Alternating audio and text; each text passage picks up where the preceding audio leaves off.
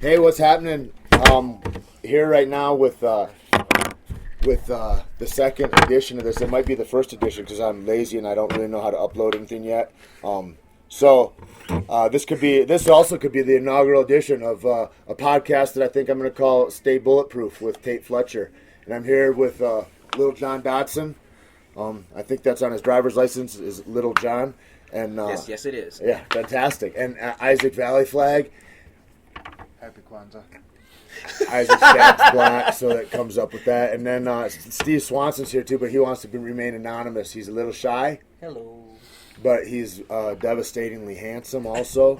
And we're here recording this out of the world famous Greg Jackson, Mike Winklejohn Jackson's MMA in Albuquerque, New Mexico, where a lot of people say, hey, how come so many tough guys are in Albuquerque, New Mexico?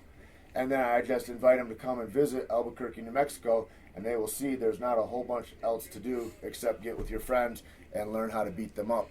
And so I think a lot of guys got tough here. I actually think recently the school in general has been known as the school that runs from people and doesn't do much. So apparently Albuquerque's getting softer too, I guess. It's interesting, isn't it? Yeah, we've become nothing but bikers these days.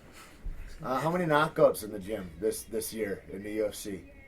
Like, when you look at knockouts, submissions, it's like there's a high percentage coming out of Albuquerque. But there is that kind of, I guess there's that kind of reputation if you look at the detractors, which are prevalent on the internet.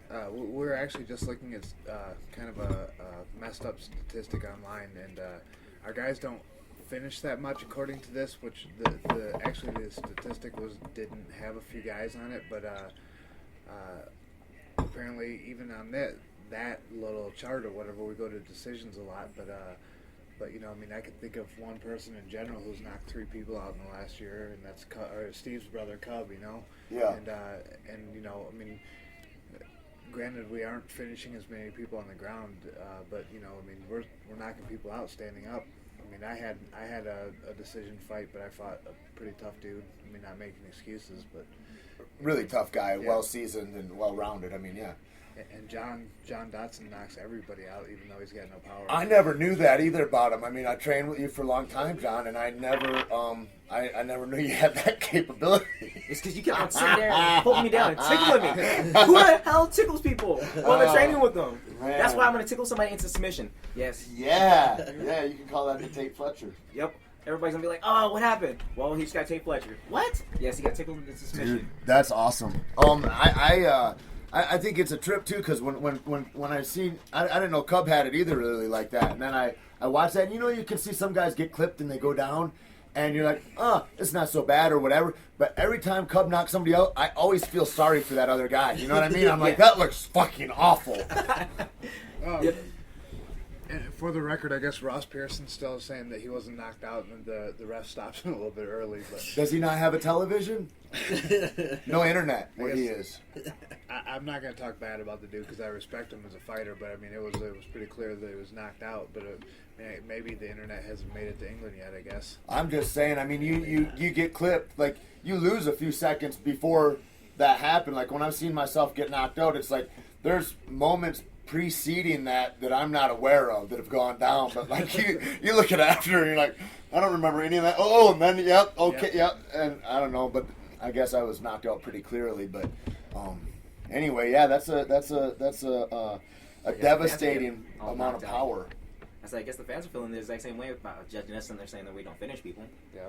Well, they I must want be getting knocked out by all the decisions. I wanna talk about that a little bit too. It's been coming up a whole bunch where in MMA, you know what we're looking towards. You see these guys and people are talking shit about, like after Nick Diaz and Carlos fought, for instance, or they're saying George and his lay and pray or whatever and all that kind of stuff. That's been going on for a while. But you look at like both those guys, Johnny Bones too. You look at him right now and you could say, well, he kind of peeled a decision against Rashad, or you could look at it in all kinds of ways. But the thing that's the same about all those guys is that they're all fighting. They're all belt holders. They're all fighting for belts. You know what I mean? And you look at Carlos, a very decidedly different fighter. That is a destructive finisher, regardless of knockouts or submissions. Right? It's a devastating guy to have to fight.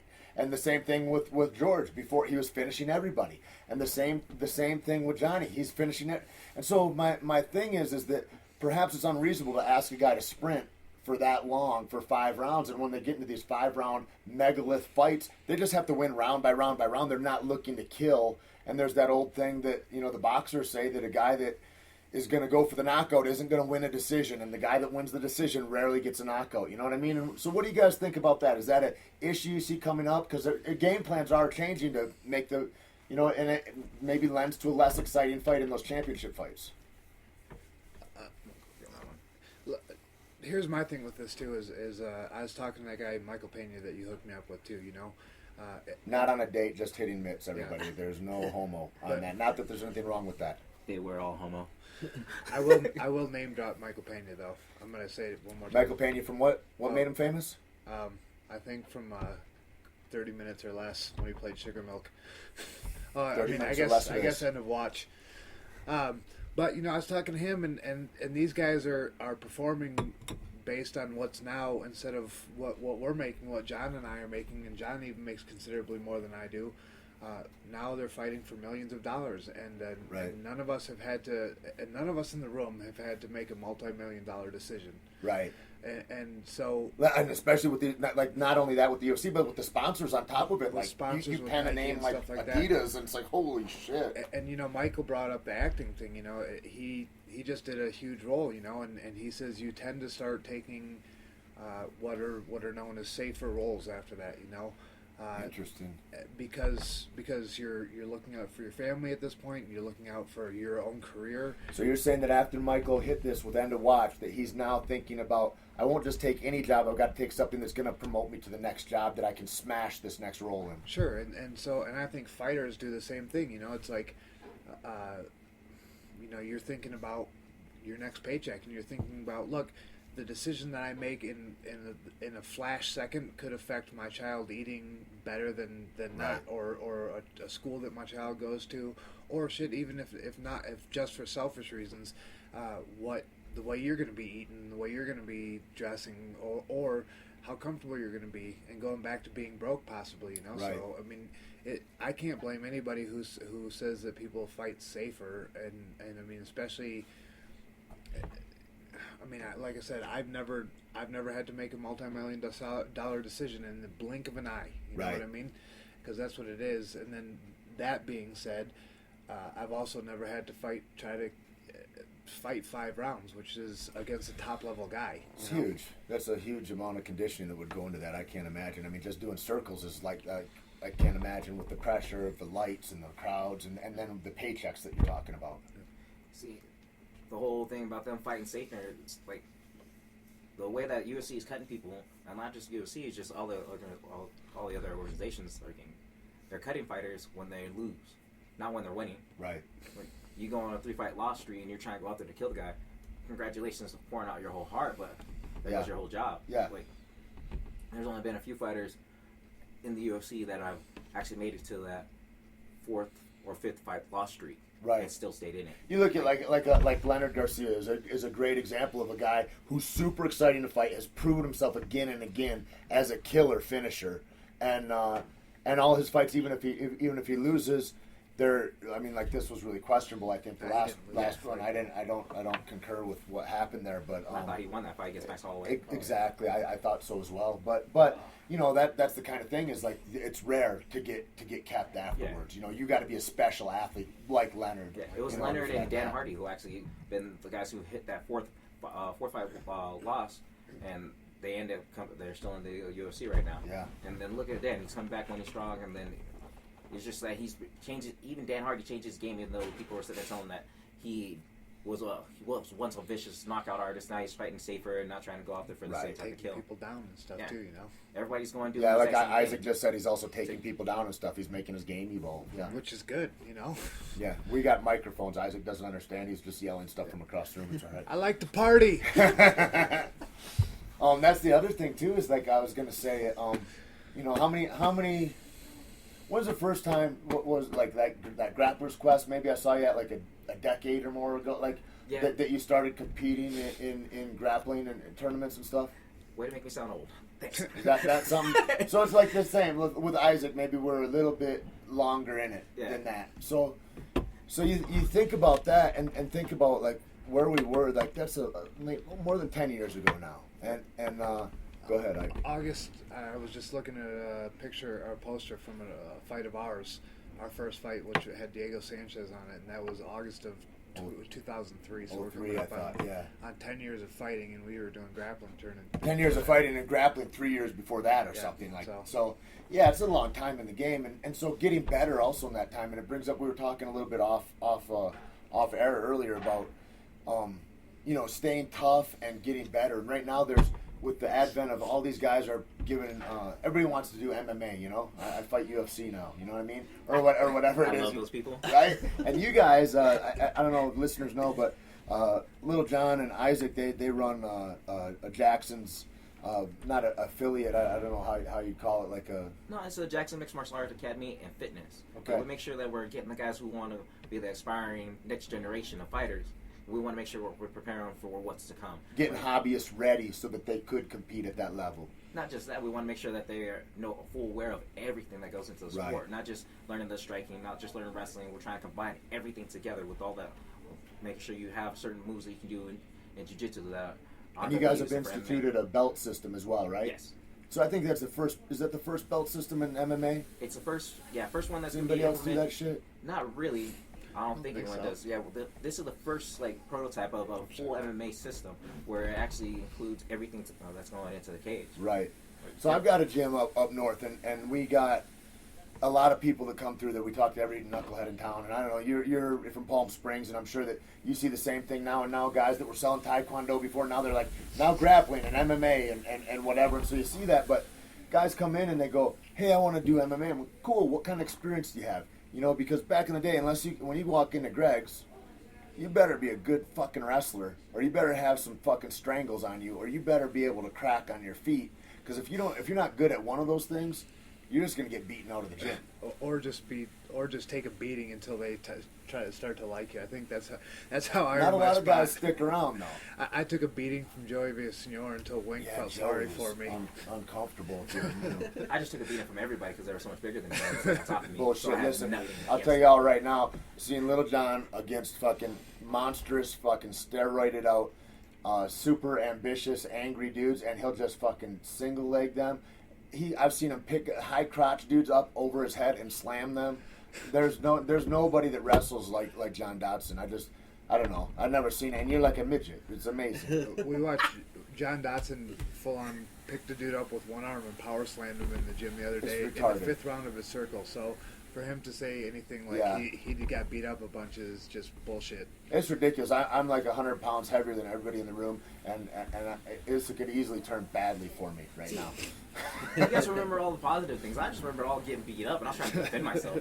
I have a hit list in my own head, and I got some people I want to mark off that list. Dan Christensen, you're still on that thing. That big dummy. Where's he with that pumpkin head? I don't know. I just know he's in Santa Claus somewhere. Yeah, no kidding. Yeah. So anyway, that's the thing is these guys come in and what? How do you teach somebody? People go, "I want to learn MMA." I'm like, I don't know how to teach you that. Like you know fuck all about anything. We got no base to start from, and so, but you guys have really developed a system where you have a plan and you can decisively do that. Like I just tell people, man, I do 10th Planet Jiu-Jitsu. We got no-gi Jiu-Jitsu up here. We do wrestling, do some kickboxing, and you want to get into that? Awesome. Other than that, I'm sorry, I don't know how to help you. And if guys really want to fight, I send them here. I'm like, you got to go to a proper fight gym. If you've already got skills somewhere else, you got to go down and get tough now. You got to find out how you are under fire, And there's no other way to do it than to be unloved in a new gym and mark your place in it. You got to carve your way out. Yeah, we just make sure that we weed out the ones that tell us they want to fight, and then everybody else that do want to fight and they have like somewhat potential, we kind of push them to those areas and we get them in the right positions. We make sure that they understand what the grappling is, how to do the wrestling, and how to do the striking. But before we even throw them into that cage situation, we don't want to just toss them and feed them to the wolves and just get beat up. And not only that, but loyalty. Yes. Be loyal to the flag. Yeah. Well, we gotta also treat them like as if they're our own kin. So they're not representing themselves; they're actually representing us. Sure enough. I think that's a big thing too. Is everybody wants to jump in there and say they're a cage fighter, and they've been doing it for 2 weeks, and now and if everybody around here wants to wear, not everybody, people want to wear the Jackson's flag around here. And it's an honorable thing. I mean, of course. You're representing 20 years of Greg putting in hard work, and you don't get to do that after a week of being there. You know what I mean? It's just not. It's just not the way things used to work, and it's not the way things work now. Right. I felt weird about calling Greg coach until I'd been here for like 2 years. You know what I mean? Right. So for guys to start jumping in there and calling Greg coach and to say that they're like a Jackson's fighter, I think is some dick suckers. Yeah, I mean, not everybody. Look, there's guys over there. We got a guy named Darrell Mackins who came over here, who Cubs give him props to, who I think is a talented dude. Right. And we got a lot of guys who are talented dudes. But again, Darrell is a humble dude who just wants to get good and wants to fight a little Darrell's bit. black. No. It's not? I see. We're not even sure what John is, so I'm kind of colorblind. He's Filipino. Isn't that right, John? I'm a Filigan. Filipino and black, if y'all don't know what that is. You can Google black. that. Yeah. John's picture will actually come up if you hit Google Images for Filipino. Right, it will. Don't hate. It's a race. There's other people out there that are just like me, and they're like, I'm a flicker with you. And they hold up their fists all high in the sky. Are they all wickedly talented? You know what? A couple of them are. Like, there's a dude that is in Texas. He's a little grappler dude, and he's buff, and he's always sitting there going, hey, man, I'm a flicker. I was like, cool. He goes, you want to grapple? No. It looks like he's twice my size. Who's like, that dude? There's a little dude out of Dallas, Marcus something. He fought in IFL, I think, for a while, and then, God, I fought him in a grappling tournament a while ago. I can't remember his name, but he's kind of like that, like a little just pit bull. So I'm just letting you know that I pulled up Fliga and nothing came up except for Dr. Phil and some steroid head. John Dodson. Jay Cutler. No, it's Jay Cutler. He's about your size. It's not an actual. Only when he's tanning. It's not an actual turn. Sorry, John. You lose out. So bad. So bad. So that brings up the thing too. Then for pros, for when I see guys, and we got friends that have come and gone too, and they I tell anybody if you got skills already, like you're already black belt in jiu-jitsu or you're purple belt even, you're good, you got a bunch of competition experience, go down and get it on and see where you are, right? Speaking of that, I was actually looking at somebody's page that I'd like to see come down here, and that's the 27-time world champion, Vallie-Flagg. I mean, that dude's a beast. And the thing is that I'd somebody like to see him fight. Somebody will test him, right? And there's police here. Okay, you got a Chris Luttrell in the room, something like that. There's he's a not SWAT exactly team. an American citizen. He gets SWAT teamed up or something like that because somebody gets mouthy. Maybe I don't he know. loses then. I don't know. Maybe. I know that he reps the fruits and vegetables flag, and that I'm sure he'd be happy to come down and do a seminar for everybody. If that were something that anybody were interested in, I could set that up. I know Hinata Laranja. That was a good name drop. Maybe you could get him, and we could sneakily get Vinny Magalesh in the same room at the same time to see what happens. Vinny, yeah. Well, I think that they have a common respect. There's some wife talk back and forth, I know, between those two, but I think at the end of it, there's some common respect. And I don't see any respect. What I'm reading right now on Twitter, I don't see. What do you got going on? I mean, he's talking about. Looks like somebody's talking about Renzo Gracie. There's a lot of stuff going on right now. Who can say anything bad about Renzo Gracie? Is there a nicer guy? There isn't. That dude, he followed me on Twitter, and it was like the best day of my life. Did you guys see that shit on Twitter when he beat up the guys that were stalking him? Did you see that? Yeah, that's kind of weird. Okay, so he's if you guys don't know the story, he lives in New York City, right? And he's walking home, and he has a bag of groceries or something from the liquor store. Like he just walked out of his crib, and he grabbed like eggs and milk or whatever, and he's going back up home, just get a couple supplies. He's got a few blocks to go. He notices a couple guys are not chasing him, are following him, and it's just him. It's him in the dark street and these dudes, and he's fucking tweeting as he's doing this. He's tweeting, "Oh, these guys, they look like trouble that just popped off the subway behind me," or whatever. And then he's walking. He's like, they're getting closer. He says, I can hear him talking about it. He says, I have that feeling like I had when I was in Rio when I was a kid. And then he's going more. Through all this. He's tweeting more. They're getting closer than me. I'm gonna have to put my groceries down in a second. I'm so excited. I have the flood coming over me again. And he's going through all. You can pull it up on the internet. I'm sure it's there. They had all the transcriptions of it. And then they attack him. And he's like, oh my God, that felt so good. He says, the one I smashed over and over again, my hand is going to be swollen tomorrow. And he says, and the other one runs off or something like that. He tweets all the way through it, not during, but then right after again. And then the one ran off, and he goes to chase him down and try to hunt him.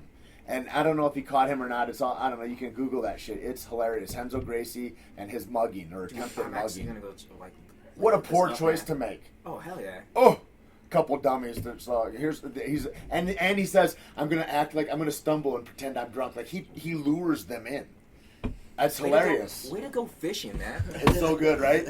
It's kind of like the guy that Johnny Jones beat up, right? Before his fight. I'm like, that's like, I mean, fuck, man, that's like some superhero shit. Like, I think John was just stopping a crime. Yeah. But I mean, to be in that position is like, you know. Yeah, for Kind of sure. like, who are you at that moment? Or we're talking about the one where you're stopping a I would crime be or committing a scared. crime. Crime Stoppers only here. I would for sure. I can tell you this. I'd be the guy running away, screaming. I'm not the hero type. I don't Steve believe that Swanson might shit. be, but I'm not. Oh, I thought we were just talking about the big black guy coming at you. If I saw a big black dude chasing me down, I'd be running too. I might just stop because there's no way I'm going to outrun him. But I mean, you guys, you just got speed on white people. What are you gonna, you know what I mean? We're just bred differently. I'm just gonna have to just bear down and take a shot. You know, I'm just gonna have to. So, what do you guys do as far as not getting stale? Then you've been around for all these years. You've gone through all these grappling tournaments. You haven't done a grappling tournament in a long time. You're like honing that skill specifically. You know what I mean? It's like you're in a lot of training situations, but you know what do you guys do in addition to that to maybe get your striking better, to get your wrestling better? Doing the teaching actually helps me actually stay motivated. So it wants me to keep on competing and it's doing all the fun stuff. Do you feel like teaching has helped you turn a corner in your skill set? Yeah, it has, because it helps me, reminds me on what things I need to work on, because I'm the one that's going out there doing these things, and I'll go around and turn around and use it and help, and then try to teach it to the other kids, like to the other students. And then break it down piece by piece by piece. And then helping out with the rest of my teammates, trying to break down what they're doing wrong, and I try to kind of emulate what they're doing and try to go into those certain scenarios and things. Yeah. So that's the way that's been helping me out. What does humiliate mean? Did you mean Emulate is what he said. Same. Clearly, Isaac. I said emulate. Clearly. What do you think, Mr. Swanson? Yes. He's so quiet over there. He's like He's Cub. awesome right now. He's like Cub, but without a personality.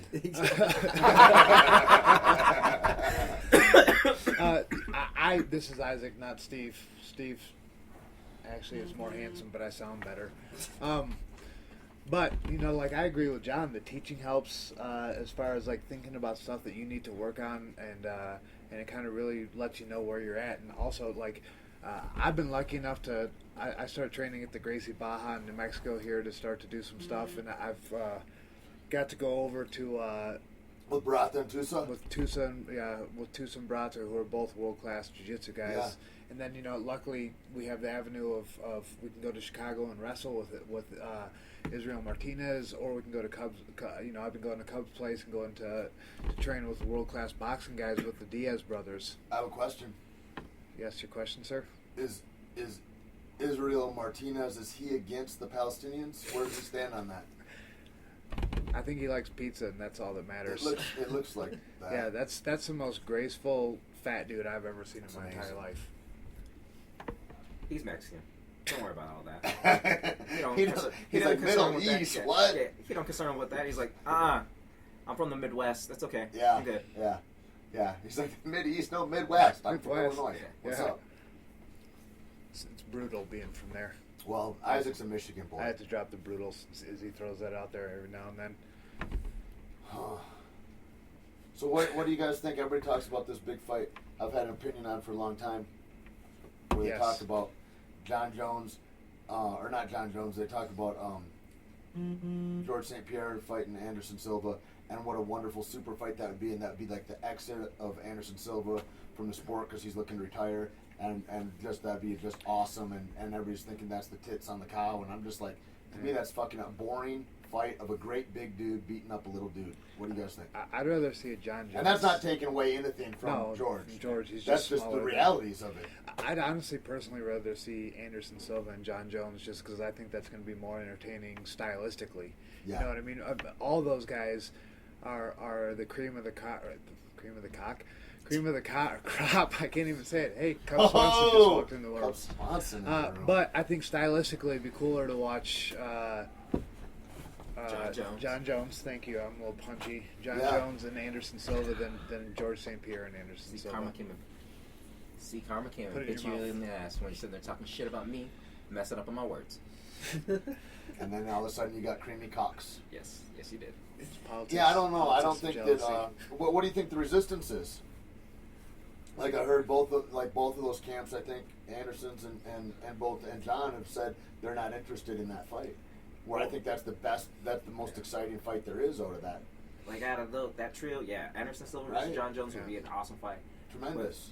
But let's look at it this way: they don't want Anderson beats John Jones, then he would have to stay again in the UFC. Or if John Jones beat Anderson Silva, everybody would be sitting there saying they caught John Jones beat Anderson Silva on his way out, like out of the sport. And this was his one-way trip, like Chuck Liddell for his retirement. You know, Right. That's the weird thing about super fights, right? Is there's always going to be excuse no matter what happens on why that wasn't a legit fight. So, Right. I mean, I guess that's why you just stay with your weight classes, and that dude's the best person at that weight class. Yeah, you I know guess, what but I mean, I think that both those guys are so superior, and Anderson a hell of a lot more mature, just in terms of like being in the sport for so long and seasoned. But at that point, I would think they've got to be just looking for challenges, and like that's like you said, stylistically, it's got to be the most interesting challenge. They got to kind of go, I wonder how the fuck that would be like. At 70, there's still some. I know for George, there's still some really interesting challenges. Johnny Hendricks, interesting at all to me. Those guys are too big. It's like I want to see gorilla fighting Johnny a Hendricks little fight monkey. George St. Pierre. Honestly, Yeah, I mean, I don't know. What do you that think? guy Cub knocks Swanson? people up and makes me uncomfortable too, just like Mr. Swanson over We're here. talking about Cubs knockout power, and he just walked in the room like he knew we were talking about him. Oh, now you guys are throwing me on the spot. You look like you're 185 right now. Oh, yeah, I work But out. big, but in a good way. In a good way. Yeah, it's my legs, you know. Okay. it's all that horse meat. It's that virus international pants that you usually wear that just. Yeah. Yes. Yeah, make me look thick in the legs. So No, how come you like knocking people out so much, Cub? I have anger issues. All right. You know, it runs in my family. Can you do it in a nicer way? No. Okay. Because I was saying before you came in, I was like, No. you know, there's some guys you see get clipped, and it's like, it's not a big deal. They get, you know what I mean? And then Yeah. there's other guys that when they knock a guy out, you feel really uncomfortable and you feel really bad for the other guy. And that's everybody you've ever knocked out. Afterwards. Well, I do feel bad afterwards. I always want to go up to the guy and apologize, but like when I'm in the cage, I want to hit him and I That's hope he cry gets up after so I every can hit him again. Yeah, you but know? what comes from the guy who knocks everybody out and then starts bawling? Like you just sit there and just whack, yes, and then it's so hard. Well, that's because my hands hurt. You know, everyone knows I got baby hands and I hit hard. That's not a good combination. soft hands. Yeah, baby soft hands. That's what we're at. You use like cocoa butter, keep it all nice and smooth. Man, silky? I use whatever I can. You ever tried DMSO? You stay out of this. No, I haven't. That shit's really good. Like DMSO Is like that legal? it's you can find it in like horse like in stables Yeah. where they sell horse. Of course, feed and I shit don't like do that stuff. But it's I think it's legal. It's just like an anti-inflammatory, and it's used like transdermally. The first time I ever heard it was a guy that did liquid acid. He was selling some in Kalamazoo, Michigan, and he was just putting droppers on motherfuckers, and I was like, "What is going on?" And he's like, "Oh, it's fucking liquid acid. I never seen liquid acid." Any story that starts, the first time I ever heard that was this dude who did liquid acid. You know it's gonna Completely legal. Yeah. And that the way that story would really start before I saw that guy, you know, from where I was staying in Michigan over in Lansing at that time, it's about a quart of Jack Daniels away is the distance. That's how we gauge distance in Michigan is by what you need to consume in order to get in to the where time you're to get going. there. Yeah, Yeah, you're gonna know need a that. 12-pack and a quart of JD. So Yeah, let's save the rest of that story for later. anyway, that DMSO is supposed to it's supposed to just take and eat up the swelling and inflammation. And, Yeah, I've and, heard and, of it. And you don't have like liver damage from it, like you know from ibuprofen or whatever. Yeah, I try to stay away from ibuprofen and any kind of painkillers. Yeah. I use some other prescription topical creams and stuff like that, and I try to be as pure as possible. Yep. You've had surgery on your hands or no? Yeah, on both. Yep. God damn. 8 broken hands. 8 broken No. hands. Yes. Is there arthritis in there yet? Oh yeah. I was just telling somebody today, like sometimes I wrap my hands and I'm like, oh man, I'm like, don't look forward to hitting pads or hitting anyone in the face because Yeah. you know they already ache while I'm wrapping them. Is it ever bad enough that when you're about to blast somebody in the head, you're like, I kind of don't want to connect? Nah, because I tell people all the time, like, I don't give a damn. I'll break my hand in the fight. Like, Yep. I'm going for that knockout. You Yeah. know, I'll worry about it afterwards. And that's why I always get injured because I'll throw everything. I mean, me and my brother are both like that. You know, we'll get hurt playing, you know, frisbee golf because we go all out. I'm all in. Yeah, I don't play. How about go-karts? I heard you're not good yeah, at that. nah. Last time we did go-karting, there was a girl there who came with one of the other fighters, and I T-boned her, and she was like, T-boned her in the car. in the car. That's not like, yeah. okay. She was trying to. She didn't want to let me pass, and then things got bad, and I hit her in the side with my car, and so there's no jokes there. And she was like, my neck, and all I could think My was, pussy and my well, you back. should have let me pass. You know? And afterwards, I was like, man, you were kind of being a jerk there, but I didn't want to lose. You know what? Last time I went go-karting, it was over here in that indoor place. Is that where you're at? Yeah. Fuck, man. So I'm in there, and it's cold. It's wintertime, so everything's closed up, right? You ever smell the fumes in there? Yeah.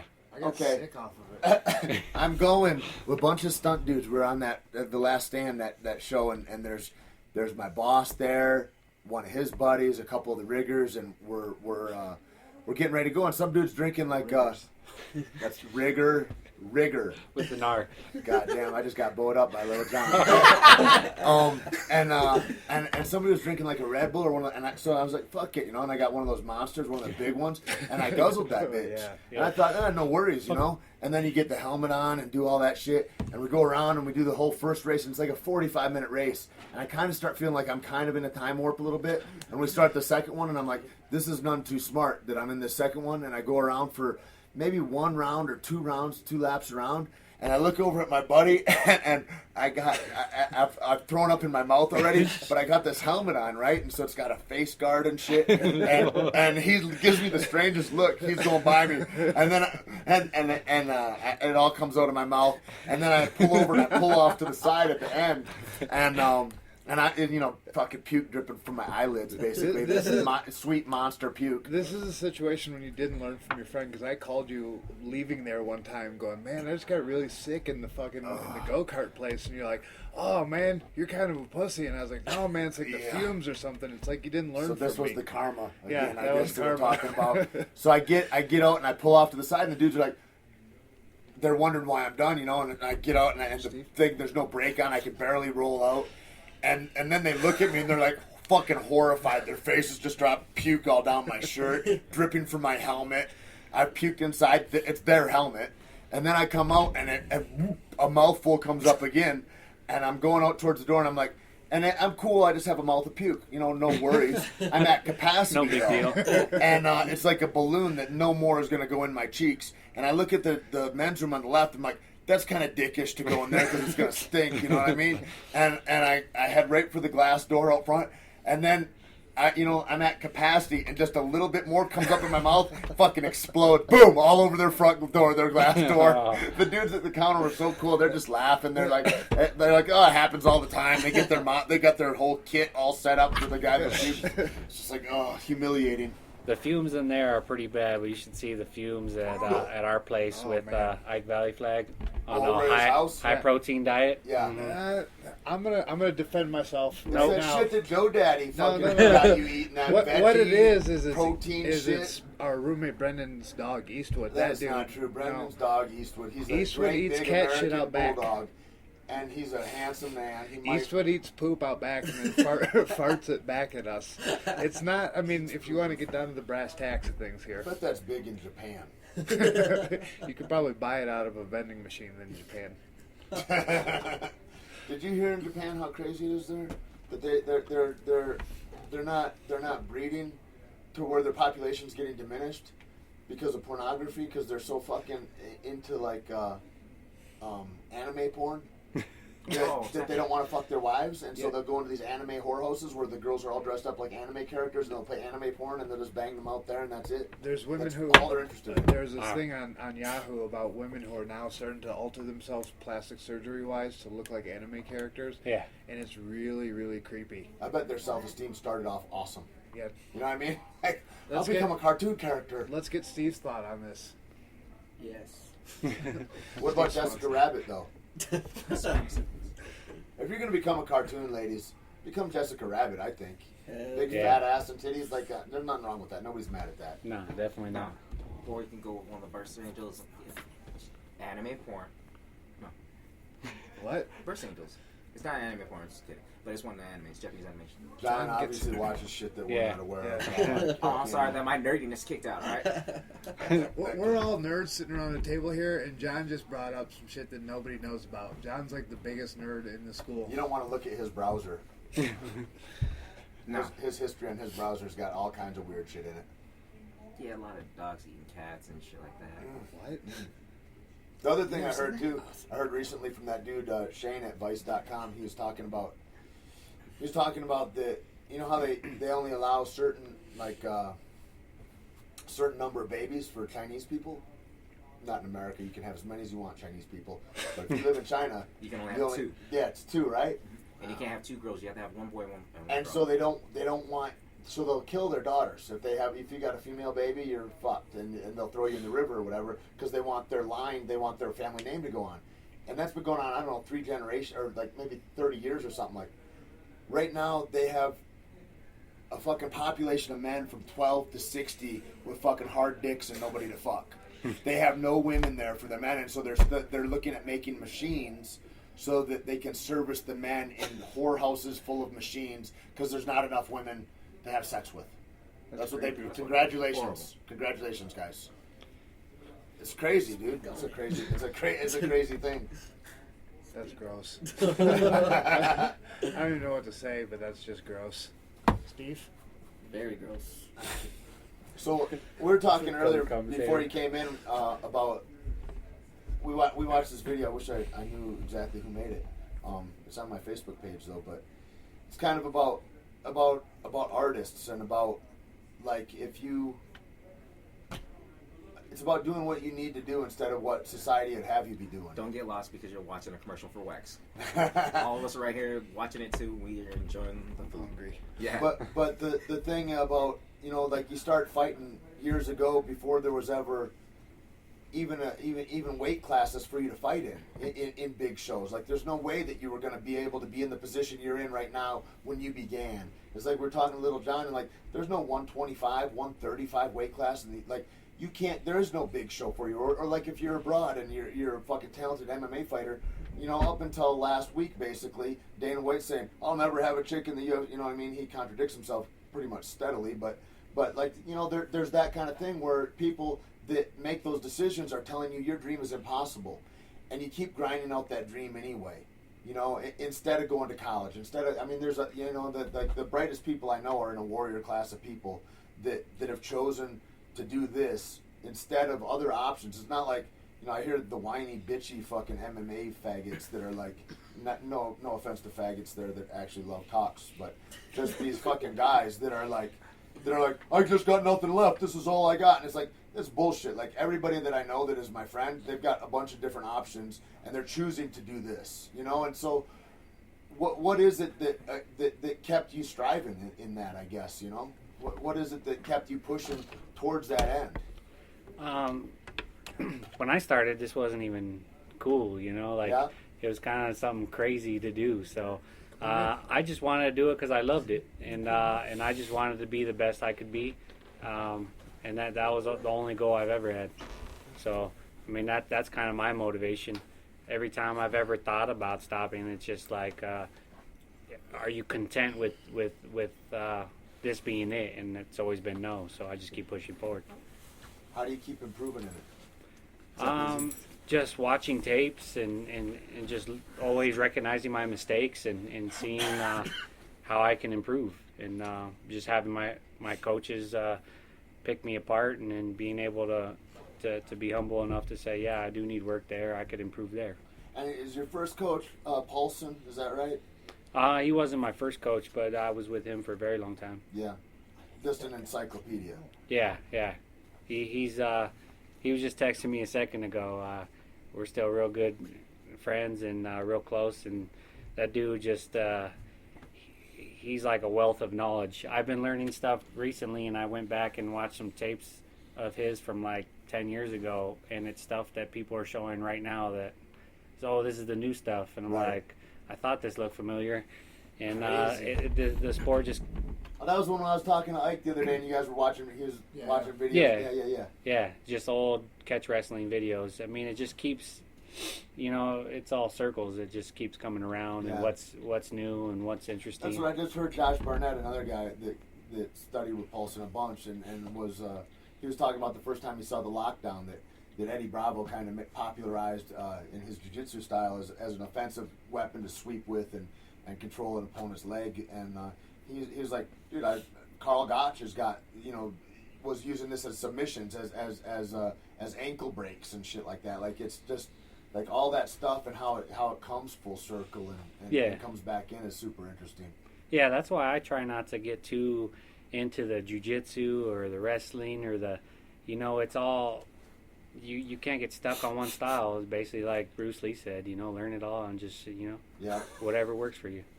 I'm definitely not a fan of saying, that really always kind of bothered me about the Gracies in general saying this is all you need. And it's not, you need to learn jiu-jitsu because it's effective. You need to learn wrestling because it's effective. You need to learn boxing. But combine all of them, and then that's amazing. Well, and then you can see when you start combining them, you start to see where they fall short. Yeah. If you're gonna hold a boxing stance and have your left side exposed, you're gonna take leg kicks all day and you're gonna spin around, or whatever, and just all that. Like, how active can your guard be? If you don't have a certain kind of guard game, you better stand the fuck up if you're in an MMA fight kind of shit. And that's one thing. I was rolling with some guys earlier today, and they were talking about that. Like, little Luis was down, and he was like, "It's so weird. Every time I rolled with any of the guys from Jackson's, if they would ever get on their backs, they'd just stand up right away." And I'm like, well, yeah, that's that's what's cracking. Nobody's sitting there to have gravity work against them while they're getting bones thrown at their fucking head. Yeah. I mean, somebody who's trying to just sweep you or submit you is a lot different than someone who's also just trying to stand up. Yeah. Not only are you trying to improve position, but you're also holding them down, which is a big difference. Yeah. And it makes the game different. Yeah. What do you think next? Is the next big thing coming up? Do you think that the women's league is going to really pop open in the UFC or what? I think that's going to take time, because realistically, there's only a handful of girls that are just, up there that you don't see a girl fighting. You just see a real good fighter. Right. And, and it's going to take a while for that to develop. Yeah. Like with the UFC, I'm bringing in like girls MMA. You're only gonna see one solid division right now, so that's gonna be 135, that bantamweight division. Granted, they got so many more talented athletes from atomweight, which is 105 and above, going up to that 135. You're not gonna see anyone past that just yet. Do you know the term atom weight because that's close to your weight, John? No, actually, for guys, it's string weight. I never heard that shit ever before. Yeah, we got it for the guys. It's different. Sized. Oh, I'm sorry. Yeah, see, us New Mexicans, we're an average height about 5'6". Yeah, I heard that Cyborg. She didn't want to. She wasn't interested in cutting weight or something like that. Oh yeah, she didn't want to cut down. Oh, she wasn't. She wasn't gonna be able to make weight for the fight coming up. He said he wouldn't be able to make weight for the fight coming up. It's gotta be weird to be feminine and have the nickname Cyborg. Hey, there was two cyborgs, and plus he said that he never took any steroids. Really? Because it seems clear that. Speaking of atom weights, our other atom weight just walked in the room. Israel Martinez. Israel Martinez, no affiliation with Israel in the Mideast. He doesn't claim any loyalty there. Not that he's pro-Palestinian either. So there's no need to be mad about that. This is our actually really awesome wrestling coach, Israel Martinez. You guys have seen him probably walking out guys to the UFC fights and stuff like that, and you're wondering, who in the fuck is that guy that is wiping pizza grease off his chin? And that's Israel Martinez, and he will fucking double leg the shit out of you. So don't say that shit out loud, only in your head. Actually, give props to one of our athletes. She just won her fight. Oh, yeah? Yeah. Jody Escobar. Yeah. She made her Invicta debut, and she just dominated the girls 3 rounds standing up. Yeah, I think that's at Jody Escobar. Is that right? At Jody Escobar. She didn't put an MMA or nothing silly like that on the end of her name. She's just Jody Escobar. She's okay with that. What's up with putting Nothing MMA wrong with that at at John the Dodson MMA. I mean, there's a lot of John Dodsons out there. I just had to establish myself as the one that's doing MMA. Yeah. That's doing good. I didn't know that. There's none other than me. You're the only one. No, there's 2 of them. There's 2 John Dodsons that do MMA. Really? Yeah, I used to I have bet that other guy's pissed. How bummed out is he? I bet he wants to change his name. Yeah, because he's like 1 in 5, I guess. And they actually tried combining our records together.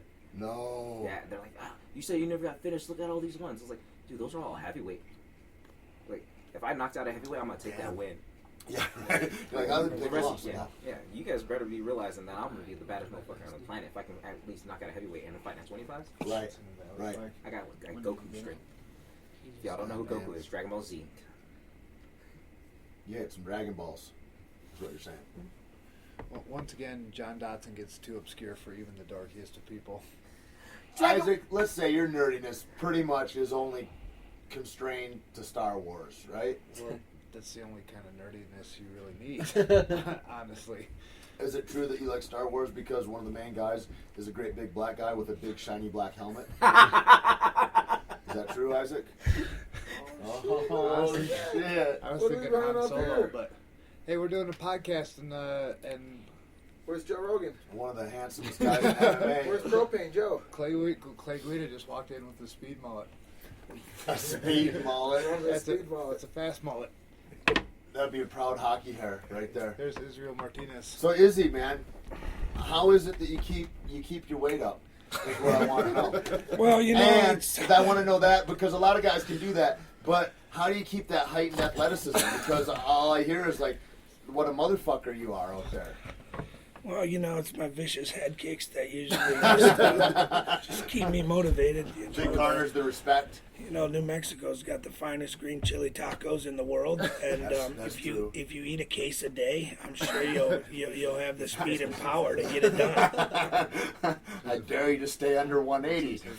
Dude, she ain't a lady unless she's 180. Yeah, they're Christmas tacos. We use red and green. We don't use green chili, dog. Right on. So, how long you been wrestling? You know what? I've been wrestling for 3-4 weeks, and you know, we just watched it all on YouTube and been learning from Isaac Vallie-Flagg's awesome double leg defense. If you want to check it out, his last fight against Jay-Z, he did a great job. You know what? Really, that was one of the things. One of the biggest disparaging moments Is in that, MMA. is that when I put my hands up when I was thinking, man, my hips are going to be sweet here, and then just put me right on my back? It was kind of like with Jay-Z. It was like you didn't give a fuck. You just jump right up. You're like, I don't care. I'll expose my hips to you, and I'll put my knee on your face. I was just letting him know that I wasn't scared of his wrestling or his ground game. That I was never the seen game Isaac plan. jump so much in a fight. And that was the only time I've ever seen him throw flying knee after flying knee after flying knee after flying knee after flying knee. Now, John, did you guys see that in practice? Did Isaac do that shit in practice ever? I never seen him throw a flying knee ever in practice. You know what it makes me think then? Is that maybe that he just did that in the mirror by himself a lot just to see what kind of height he could get, and then he's like, I'm just gonna pull this off on my own. Actually, Izzy's the one who actually told me flying knees. Is that right? He said next time this dude shoots, flying knees. Yeah, anyway, so I've been wrestling since I was a young boy, and How young are the guys you were just working with downstairs? you know what? I just got the chance to hook up with some of the New Mexico's, you know, up-and-coming wrestling community. I think some of the kids were 10, 11, 12 years old. We had 7 or 8 of the best kids in New Mexico in the whole state here tonight. It was just an awesome opportunity to try to, while I'm here, to help as many kids as I can. You know, I know Isaac Vallie-Flagg likes to show his double leg defense, but I want these kids to excel in life and not get their ass kicked. We should ask Clay about my double leg defense recently. Clay Guida, you want to comment on Isaac's double leg takedowns? Clay Guida doesn't deserve to comment. Not that Ike has a weight problem or anything, but shooting on him lately has been like running into a brick wall. Man, he's really used his hips and his knowledge that you know, Izzy and Cub and these guys have been teaching him. to his advantage. He's, a little bit timid on the takedowns, but he's definitely been stopping takedowns and just building confidence and, in his hips and stopping guys on their shots. I still got a long way to go, and hopefully I can get better with Izzy's help and Clay's help, but I think it's mostly just pizza that I'm eating too. Listen, I stopped eating white bread for the last 8 days, and I think I'm gonna quiver and fall asleep right now. So it's time for me to go to Pizza Hut. I'll catch up with all you crazy fuckers later. Right on, Izzy. Thanks, man. Yeah, what do you guys think of that? Like when I was talking to some dudes earlier, and when you see when you got skill sets, like when you're talking about wrestling and kickboxing and grappling, and then that component of like commitment, and drive, and that you can't really teach belief. You know what I mean? And the one thing that really comes to my mind a lot is like when I saw Diego Sanchez and Nick Diaz fight, and I don't think anybody would argue that like Diego's a really fine wrestler, but Nick's a good wrestler. They're comparable there. Nick's ground game, I think, is probably he's a lot better. His grappling is at a high level. His striking, he's longer. He's maybe a better boxer. And Diego beat his ass for 3 rounds straight, and nobody believes like he does. And like I see that come up, and you see guys that are in the rooms and maybe they get worked by guys, but they're under the lights, man, and they just fucking turn on and they fire on all cylinders. And do you guys address that like as a team, or do you guys like when you guys go back, do you guys talk about that or work that out, or do you guys employ like sports psychologists, or what do you do as far as that part of the game, your head game? Not like that, My Isaac. head game is amazing. I think that some guys like just have it, and I mean some guys don't mentally. And Diego and Clay Guida are 2 of the guys who I think have. Yeah, I've seen Clay submit dudes that he shouldn't have. You know what I mean? Dudes way fucking better than him. And but it's like you see like that shocks the shit out of me. You know what I mean? I'm like, holy fuck! Like it's incredible. I mean, I don't think that it's out of line saying it. It's like you were you surprised, Clay? I mean, goddamn, you pulled guillotines on dude. You're just like, holy fuck! I can't believe I'm here squeezing his head right now. You know what? I think a lot of it is just being in the moment and just having that belief. And then you heard the old term too, just being a gamer. Yeah. You know what I mean? And I don't really put more into it. Well, I remember seeing you in Strike Force way back when it first started. Yeah, man, and that's who you were for sure. You're just fucking on top, throwing elbows and bombs. Yep. No one knew they brought us in to get beat up by Josh Thompson, who was their local, guy, and they brought a Midwest kid with no name, just a decent record, and I surprised myself, and right. 18,000 other people in the stadium was kind of cool, But we've always prided ourselves on working hard, and that's what brought us out here to Jackson's, was just being around a crew of guys that we've all bought into the system. We all have similar goals, and that's to be the best in the world and to help each other become the best. And there's guys that work with sports psychologists. It's never been something that I'm not against it. Don't get me wrong. Right. But I think digging down deep sometimes and just being full of piss and vinegar sometimes gets the job done. Yep.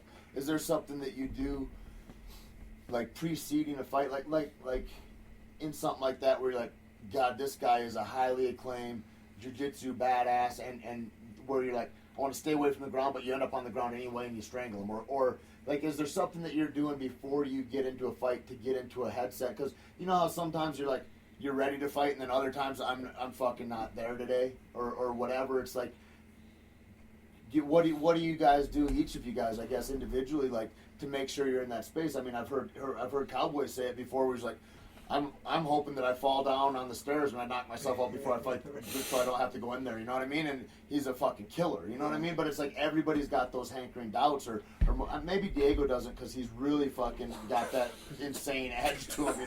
But you know what I mean? Most guys do. So I'm wondering about that. Like, is there rituals that you guys have in place, or what? I'll let Johnny go ahead on this one. I just like fighting. I don't care if I'm going out there to win or lose. I'm just gonna go out there and have fun. Yeah. Competing, man. Yeah, competing is the best thing. Yeah. It's the only thing I've ever liked doing. Being in front of all those people, seeing their reactions on what's going on. Like that excites me to keep on going, smiling no matter what's going on. I get punched in the face, punching them, getting taken down, or having Isaac lay on you. You know, all the fun stuff.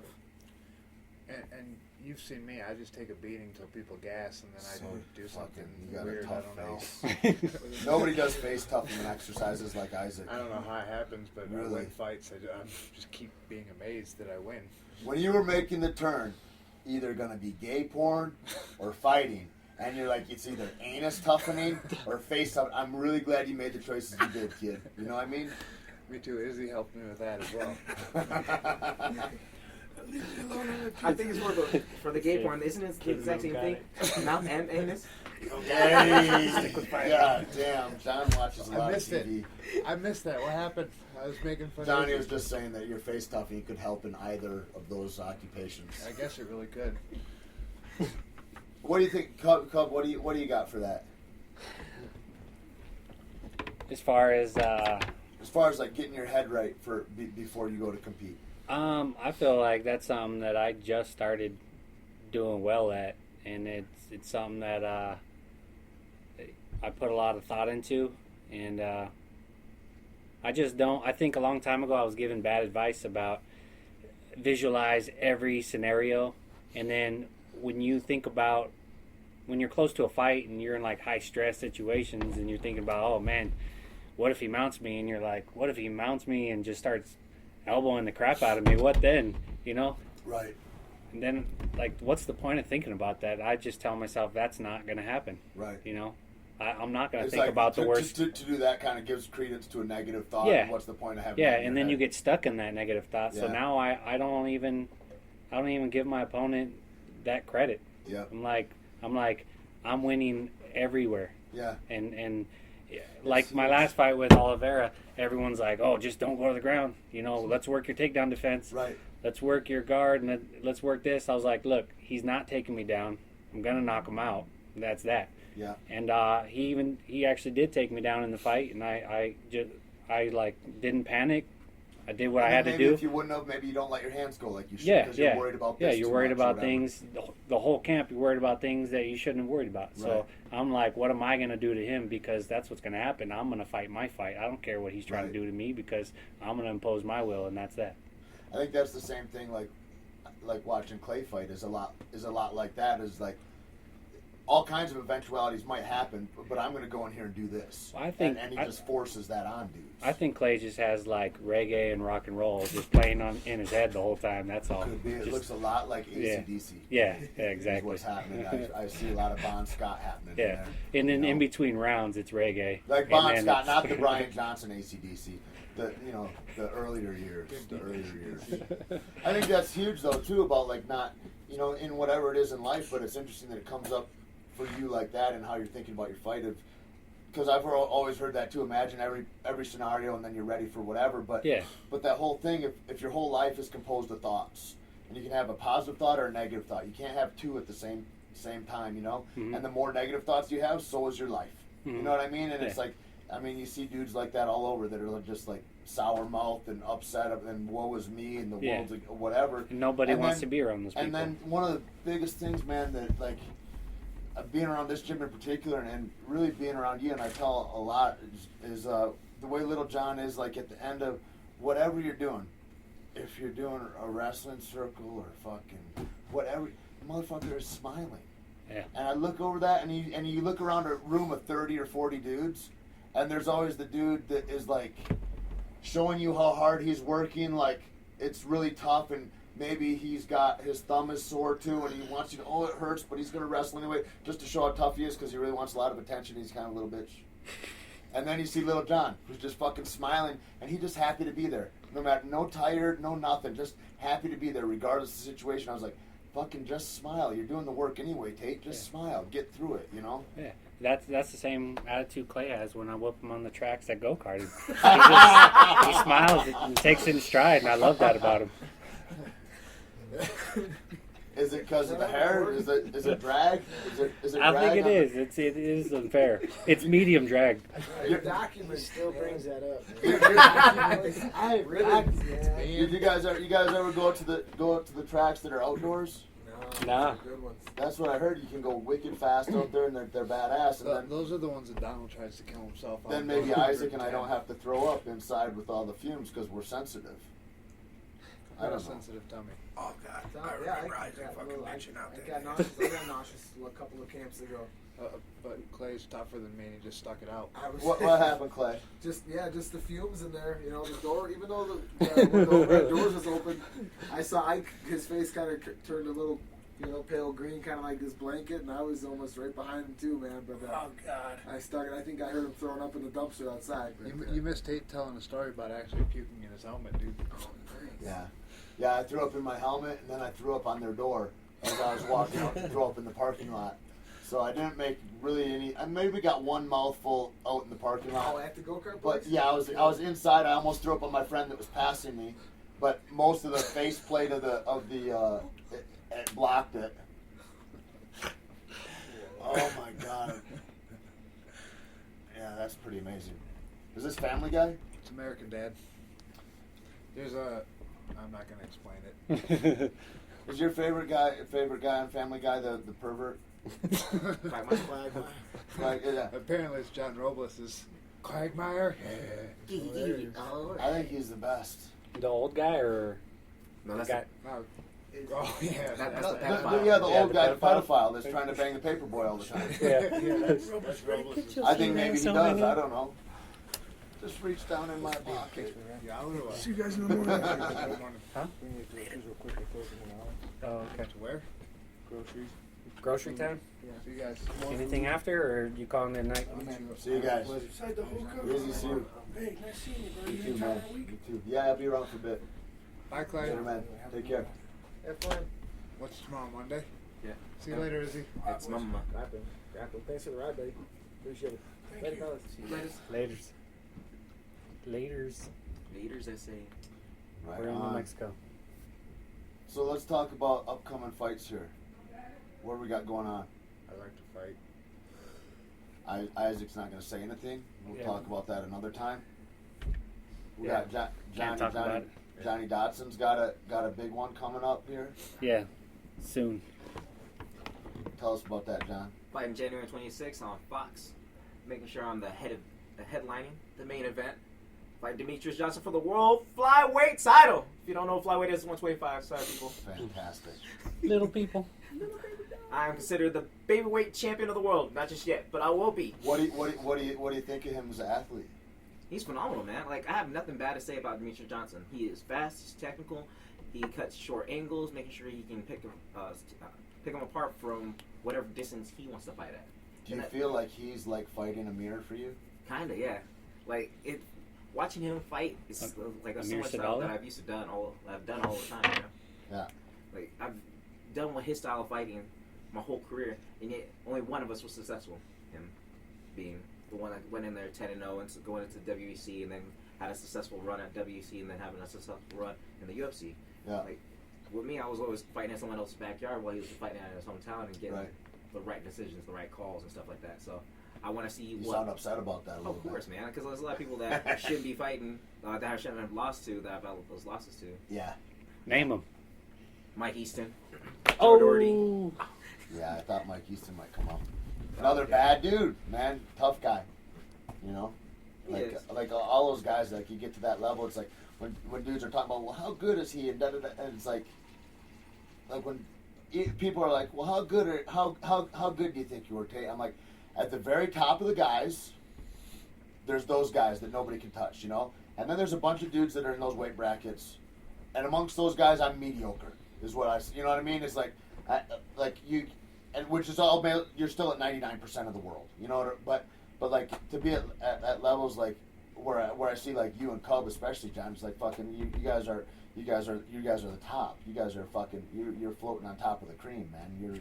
You're really, and getting better. Like, that's what I wonder about. There's some guys that just come and fight. It's like what Junior said after his fight just recently with Kane, and he's going, you know, Kane wasn't happy afterwards. He goes, you know, I got to go get better. And Junior's like, yeah, you better get better because I'm coming to get my belt back. But even at those the top guys in the world, and they're admitting like, I've got holes, man. I got to get better. And it's like, to see you guys being around. That's why it's so interesting to me. Like, you guys got such a history in the sport. to continue to fucking really get better. Like there is no getting stale. There's no like I'm gonna rest here, you know.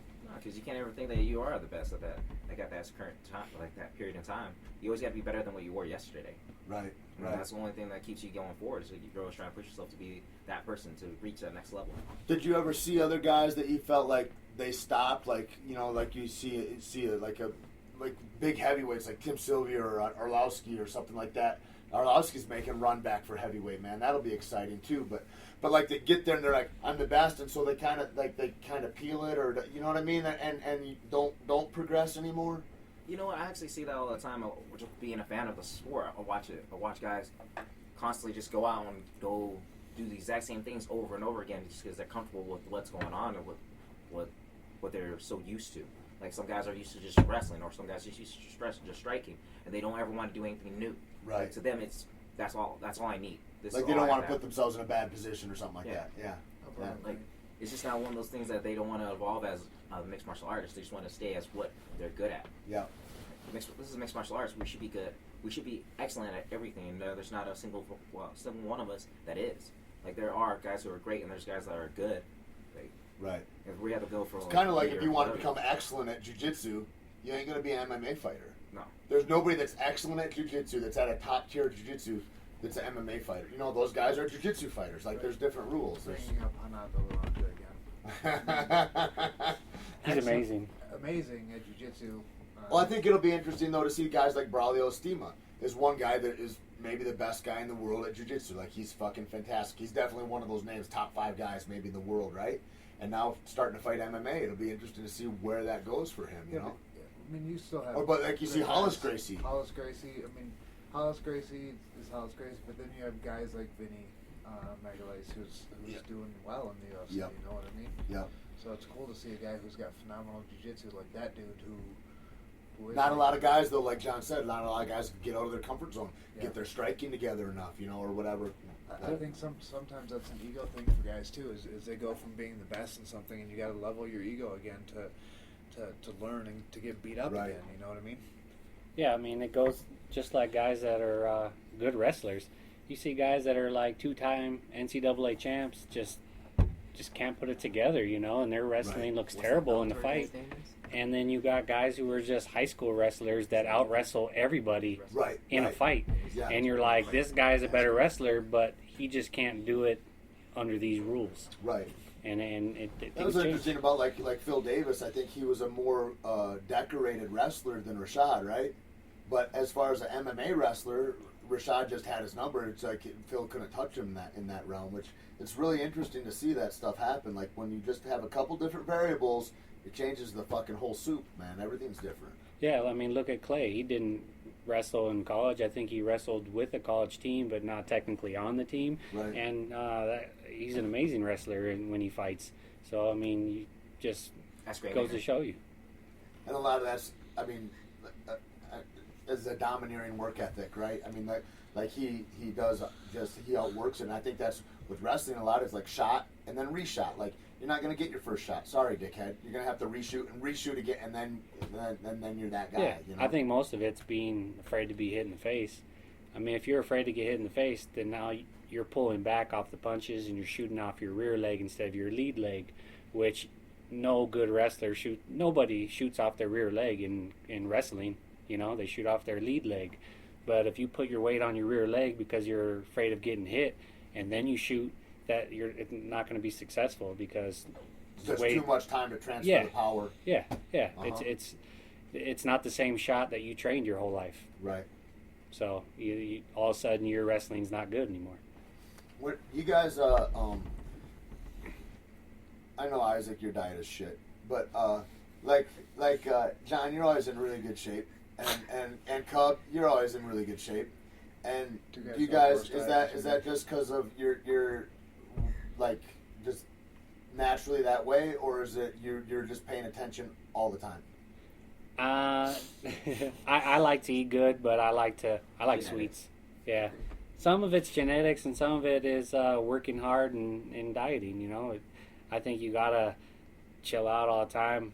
You can't be too focused all the time. Is you there know, anything that you'll never eat? Like you never eat gluten, or you never eat sugar, or like, is there anything like that in your life? No, I will never eat sushi. that's just a preference for that guy. It's not Right. a diet thing. For some reason, I think the worst for me is like eating like a street vendor hot dog, like that. That to me is like, man, that's really diving off the deep end. I gotta say, I mean, junk food is junk food, but then there's McDonald's, which is like, I won't ever eat that shit. What do you guys? What do you think of that? Like with all that shit, like that Proposition 37 in California just got dumped out, where they're like Monsanto put enough money to where they're not going to label any genetically modified foods that are out that they're selling, and they can just sell you Franken foods that have caused a lot of deleterious effects in animals, like big tumors and shit like that they're feeding us now all over the place. You know what was crazy about that was, for me, was how many natural or organic food companies were going against Proposition 37. Right. I was amazed when I started looking at some of those companies that are supposedly good for us, that I've been sold as good Right. for us, that were really opposed to labeling foods. I mean, it says something about who's really looking out for the health of their customers, you know, and apparently a lot of organic and natural food companies do not care about using genetically modified foods, you know. Yeah, it's more cost effective for them or something. I mean, there's some reason they're into it. Like I saw that with Coca-Cola and like all General Mills foods and all that. And like I think Kashi bars are made by them. I think honestly, I think it was Tim Frankie posted something towards you about what right. what All the companies decided on what end of it. Yeah, which you know, I mean, a natural or organic food company should be all for it if they're truly natural or organic. You know, Right. I feel like, I don't know. What do you feel like with sponsorship with that? When you guys come up to stuff, like people have come up to me recently and they're like, "Oh, come and sell this by Salis or sell this, whatever it is," and it's like a lot of that stuff. It's like that I wouldn't put in my own body. You get in a position where you're like, well, fuck it. You know what I mean? It's like Anderson Silva pimping Burger King or something like that. It's like, I bet that fool's not having a Whopper anytime soon, but I bet he's spending their $100,000 he gave him or whatever. You know what I mean? You know, as long as you're upfront about what you want from them, I mean, shit, you know, tell them. I mean, I think what we're hearing here is get that money, dog. yeah, get them. I mean, like, look, you know, if you're peddling by Salis, look at it for what it is. It's a shake that it can help you lose weight or whatever. But who knows if it's like, I mean, like, you just got to tell people, like, this is why it can make you lose weight, because you're restricting your calories and whatever, right? It's the same thing with any kind of deal. That being said, I don't push by Salis or anything else. I think it's kind of like horse shit. Yeah. You push a Peugeot? I personally don't. I have a hard time. I'm like a real honest person for the most part. So if somebody asks me, "Oh, do you use that product that's on your shorts?" I'm like, Right. You know. So I always want to know by my management company, like, who are you putting on there? Because I want to be behind them. I want to What do you represent like the who I most? got. All the guys that have helped you out, you know? Because sponsorship's hugely important. I mean, Yeah. I'm sure it carried you through when you got your jaw broke and shit. Yeah, you yeah. know? Virus. They do like kind of like Under Armour stuff. Great company, man. Yeah. Great dudes. I went down there and thank you, man. Like, they're fucking rad. Yeah, they're the one company who really gave a crap about me. Yeah. They helped me out when I was injured, when I didn't get a single phone call. Yeah. And it's like at Virus INTL. yeah, right? Virus That's their International INTL, and they got amazing stuff, man. And that's a company that I believe in, and that I would do anything for, you know, and they would do anything for me, and I love that relationship, because I feel good about wearing their stuff and representing that brand. Yeah.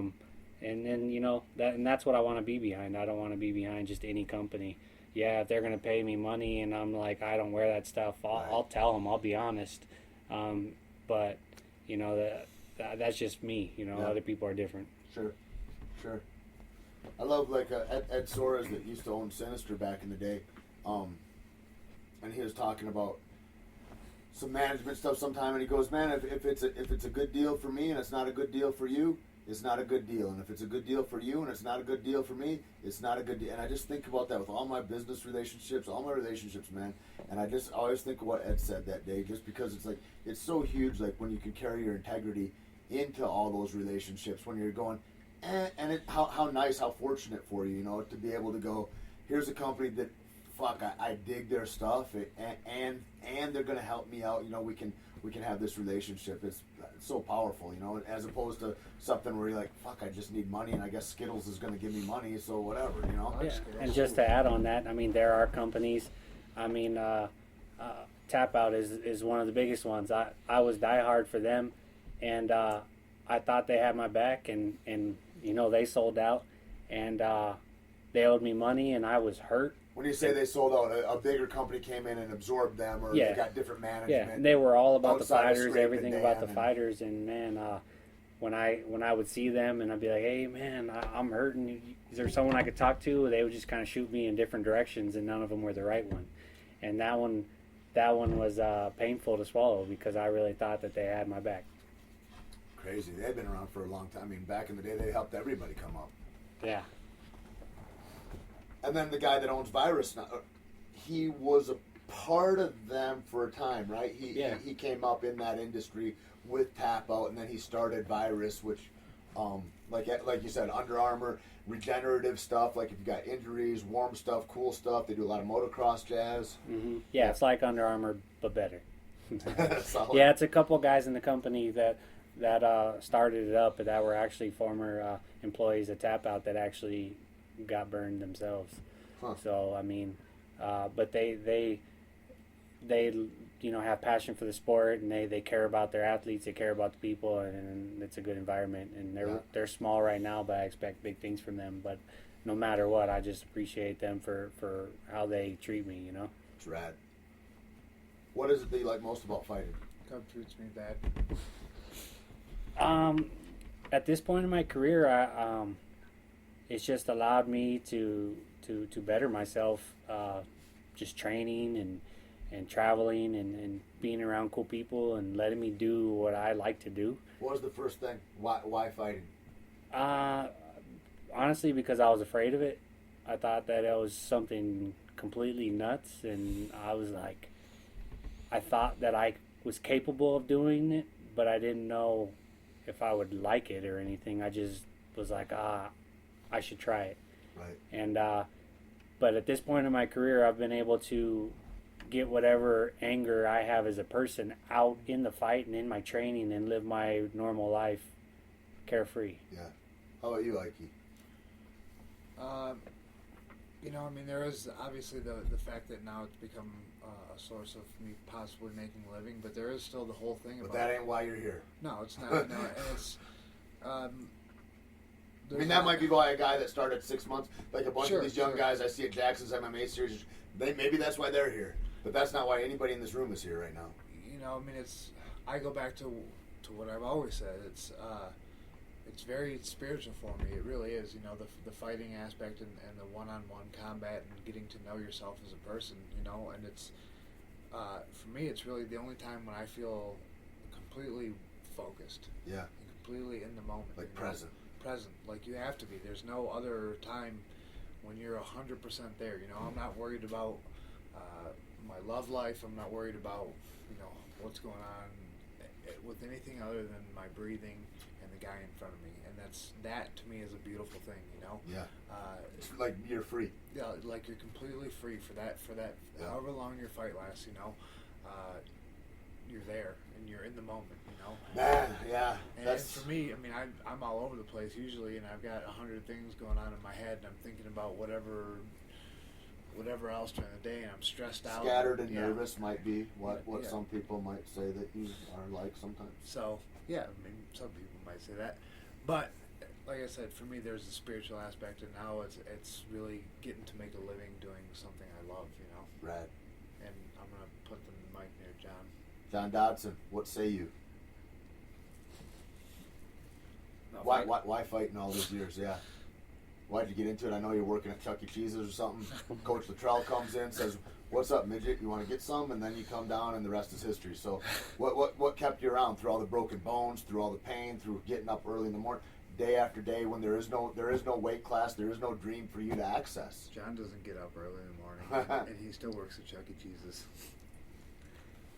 I'll tell you the truth. The thing that kept me wanting to come back was just wanting to be better. Like, I always liked just sitting there competing. I didn't care if I was gonna have to compete in the UFC at 155 or fight at higher weight so classes. badass. Like, I wanted to fight. Like, that was the one thing I knew I wanted to do. Like, I was going to school.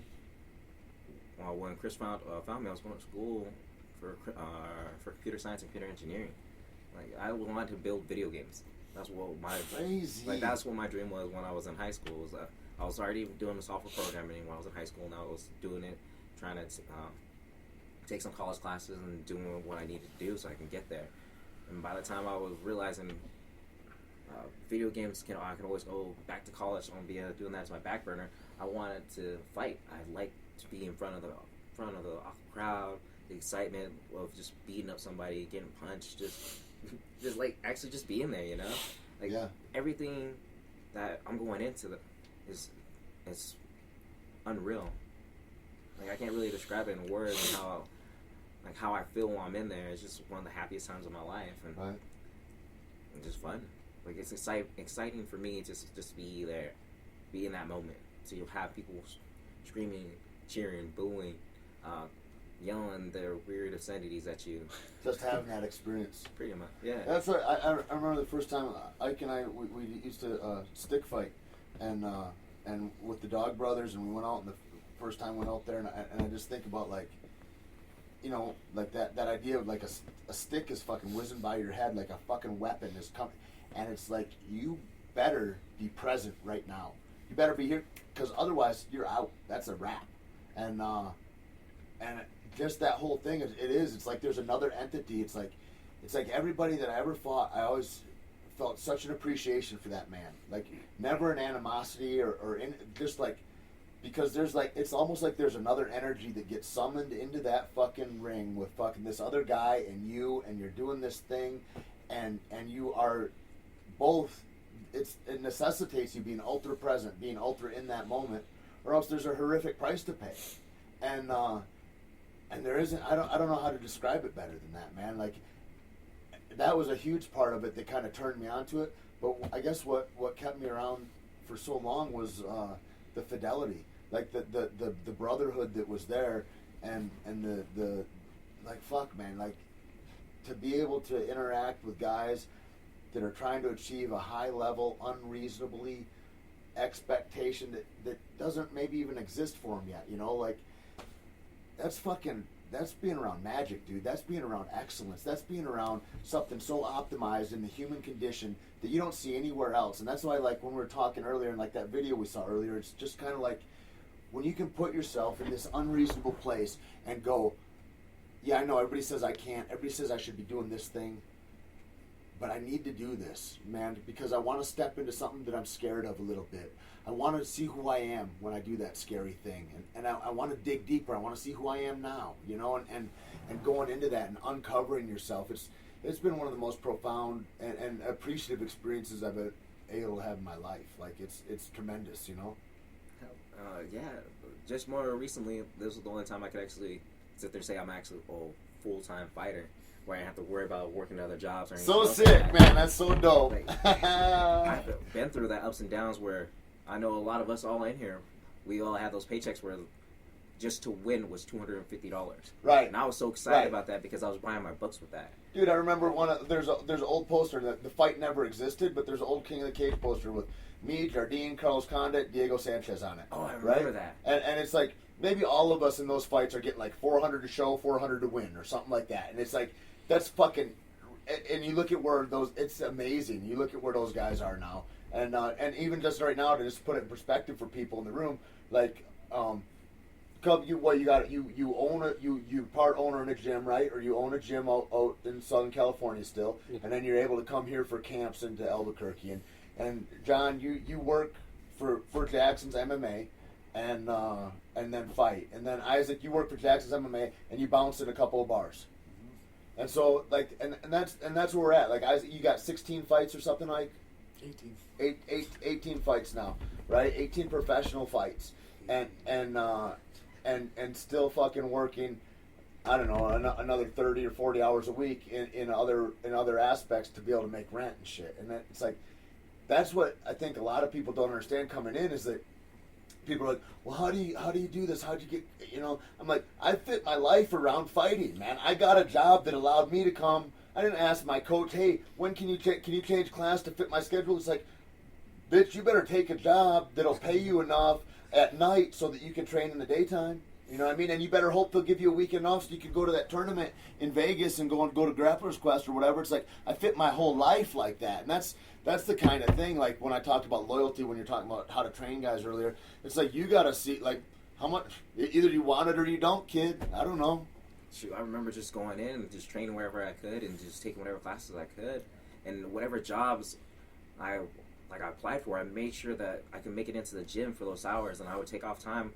And if they can give me the leeway and help me out in any way, and then I have my family always supporting me that had my back. Like, my mom would always sit there and be like, hey, are you sure you want to do this? Because, like, you're not making that much money. You're getting beat up for only like $500. Right. So are you sure this is what you want to do?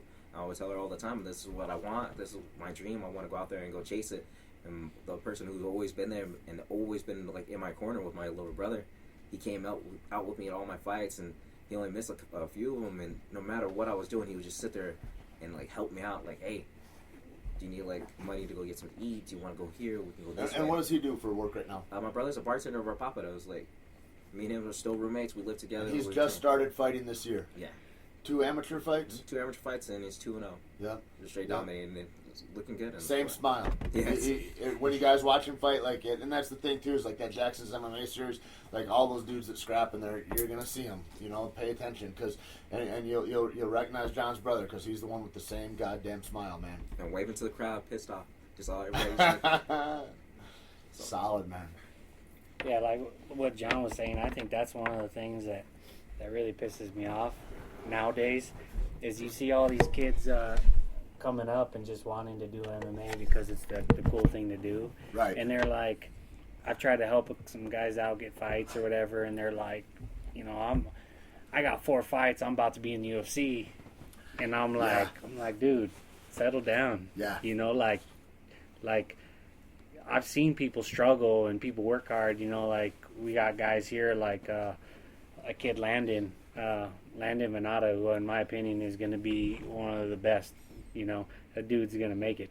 And just working and on the grind and suffering just to get there and do whatever it takes. And I feel like that's what the original people that, you know, that have been making it in this sport have done and had to do to get there. And now a lot of kids are coming up just like want everything given to them, and it's like, man, you got to work for it. Yeah, this sense of entitlement or something. Yeah. You're like, what the fuck, man? Come on. Yeah. And I fell into the trap. Dudes are telling me, hey, I really want to do this. And I'm like, fuck, dude, I want to help him however I can. You know what I mean? And he'd be down and this and that, and then you'd see and you'd be like, you don't even have a job right now, dude. Like, what? He's like, well, I just can't really get it together, and, you know, my mom's bitching or whatever the fucking thing is, and you're just, and then I go, okay, well, I'll try to help, you know, you give him some money, or you fucking train him for free, or whatever you're doing, and then I snap, and I go, what did you do, Tait? And I just go back, and I rewind my life and what that was like, and I was like, dude, you need to get fucked. You better get serious right now. I'm just going to put you up on fucking game. You need to fucking get your head right and really commit to this, or fuck off and go and serve pizza somewhere. I don't give a shit. That's one of the cool things about Landon, you know, is Landon is working a crappy job at Subway, riding a motorcycle that he bought and going in the cold ass weather to get to training and just working his butt off, and guys are willing to help that dude and because they see the hard work and the dedication. Right. He's not showing up to the gym expecting anything except to get treated the way everybody else in the gym does for their hard work. You know? Right. And that motorcycle was an upgrade from a scooter. He started with nothing, got a scooter, upgraded to a motorcycle. You know, so yeah. Well, and then it begs it's like, and if anything would have been given to him, would he have just fucked it up? You know what I mean? It's like, would he appreciate it the way it's gonna taste so good to him when he gets a little Tait? You know what I mean? It's like that's the other aspect of it, is you can't rob yourself of the hardship in a way. You know, I think you got to go through that struggle. Yeah. And that's what builds you. That's what builds that character, I think. Yeah. my boxing coach back home is always saying, you know, a lot of old school boxers always say that the toughest fighters come from the meanest streets and the ghettos. The guys that have had hardships in their life are the toughest fighters because they got a lot of heart and they fight hard. And I'm not saying that's 100% true, but you do see it a lot, you know. Yeah. A lot of guys from Mexico or from Brazil or even here, you just coming from the meanest streets. Who's your favorite Mexican? My favorite Mexican boxer? No, MMA fighter. Goyo. Of course. Goyito. God damn it. Who doesn't love that guy? Oh, man. That's another smile that you can't get rid of. Yeah. That shows you people right there. That's what you do. You look at John Dodson, look at Goyo. You fucking smile like that, you'll have success. Whatever your life is, I don't give a shit. Just fucking smile like that. Those are guys appreciating what they're doing. And you get that kind of an appreciation for life, dude, you're just gonna shine. It doesn't matter what happens, dude. The whole universe opens up to you. You gotta foster that, you know. That's what success is. You know, it's just so admirable, dude. Those are the things, like, those are the lessons. Like, people are like, and that's what kills me is, like, you see these guys and they look at MMA and they go, what do you got to prove? Or whatever the fuck kind of ignorant viewpoint they've got. And you're just like, you got no idea the beauty, the camaraderie, the helpfulness, the generosity and graciousness that these guys have that are coming together. And not the dudes that are in and out and dudes that are coming in, I want to do UFC or whatever, but, you know, that special core group of guys that you have that are there that you're just like, you know you can count on them. You know what their character is. And you're learning from them just by watching them move through life, you know? It's tremendous, man. I'm so grateful. Yeah. I'm very happy to be here at Jackson's and just around good people, you know, and I love that I surround myself with the people that have the same work ethic I do and just good people in general. Yeah, solid, man. I hate hard work. Shoot, man, that's all I've been raised on is hard work. Yeah. A lot of people don't know Isaac was almost a runway model. Yeah, he was. He was. But he messed up those ears, and then his moniker went down the drain. You guys sorry about those ears? John grabs them. He likes them. Yeah. I'm sorry that I never got into wrestling. The only reason I got these ears from Keith Jardine head kicking me, and the other one's from Danny Higgins. Yeah, I got mine from Joey Villasenor head kicking me, not from wrestling. That's another thing is, man, Danny Higgins. You hear guys like that. I was going to ask you too, because of guys like the great Eric Paulson, you know, and you see dudes like that, and you go, and then like I figure like everybody here is like on the cusp, right, where it's like you come from one background, you learn a couple other disciplines. And then you see some guys that are coming up right now, like McDonald is one, or like John Jones is one, who's like, it's all, they're coming in, they're just looking, here's the possibility of MMA, and they put it all together right away. And that's like a next level. And then there's these old school guys, and you look at, there's a book about outliers that this guy Malcolm Gladwell wrote. It's fucking fascinating. And he talks about being born at the right time and having the right people around you. And those guys are born 5 years, 10 years, to the south of the right time, you know what I mean? Yeah. I'm born I didn't do jiu-jitsu until I was in my late 20s. And it's like, you only got so much time, and so you've got this sweet spot in time where you can actually make a living at this, where you can actually go and transcend fucking whatever history your parents had for you or whatever's going on, and you can go into something else, and like, that's the thing, like, so being around for a long time and seeing like Chris Luttrell fighting bare knuckle matches with no time limits and shit like that, like, fucking crazy. And you look at athletes like that, who would you like to see? Like, who is there just beyond that that's like, man, that would have been badass if he were present today, if he were in the shape he would. What would Eric Paulson be against other heavyweights or whatever, you know? Like, it's, I don't know, that shit trips me out too. Or Tank Abbott. God, you look at a Tank Abbott, you know, and look at guys like that. I mean, the evolution of the sport and where it is. I'm sure he fancies himself like a Roy Nelson or something, but I'm sorry, Tank, you're just fucking not. And you look at a guy like that too, like that's, dude, Roy Nelson. That moving from topic to topic, but what I'd love to see happen, the way that guy hits and the way he is. The first time I ever saw him, I saw him fight Diego Sanchez in a grappling tournament, in an 8-man tournament, and I think it's like Brendan Vera was in it. There's a bunch of, it was all different weight classes, right? and Diego maybe lost 18-0. It was something like that. But he was a dog, dude. I was just like so impressed. He just fucking he wore Roy out. Roy was fucking just beat down, just tired in that. Let's be Were you honest, there? Roy's like 300 pounds, so I'm sure he gets worn out quick. Did you see that? No, I Were you wasn't at there that for one. Grappler's Quest, John? Yeah, I was. But Roy Nelson was thin back then. Oh, he wasn't at that. Oh, that he then was against Diego. Diego was a kid. Diego was Yeah, but he 19 or something. Still, like, you know, not. But what I'd love to see is like They're him, kids. instead of him getting his brain knocked around more at heavyweight and go, you know what? Like, that's a guy that could have a transcendental career going, I'm going to go to 205, have 4 fights at 205, I'm going to go to 185. Because what is he, a 170? What weight could he make if he were in really good shape? If he were in like Cub Swanson shape, what weight is he fighting at? Heavyweight. 170? 135. Yeah, 30.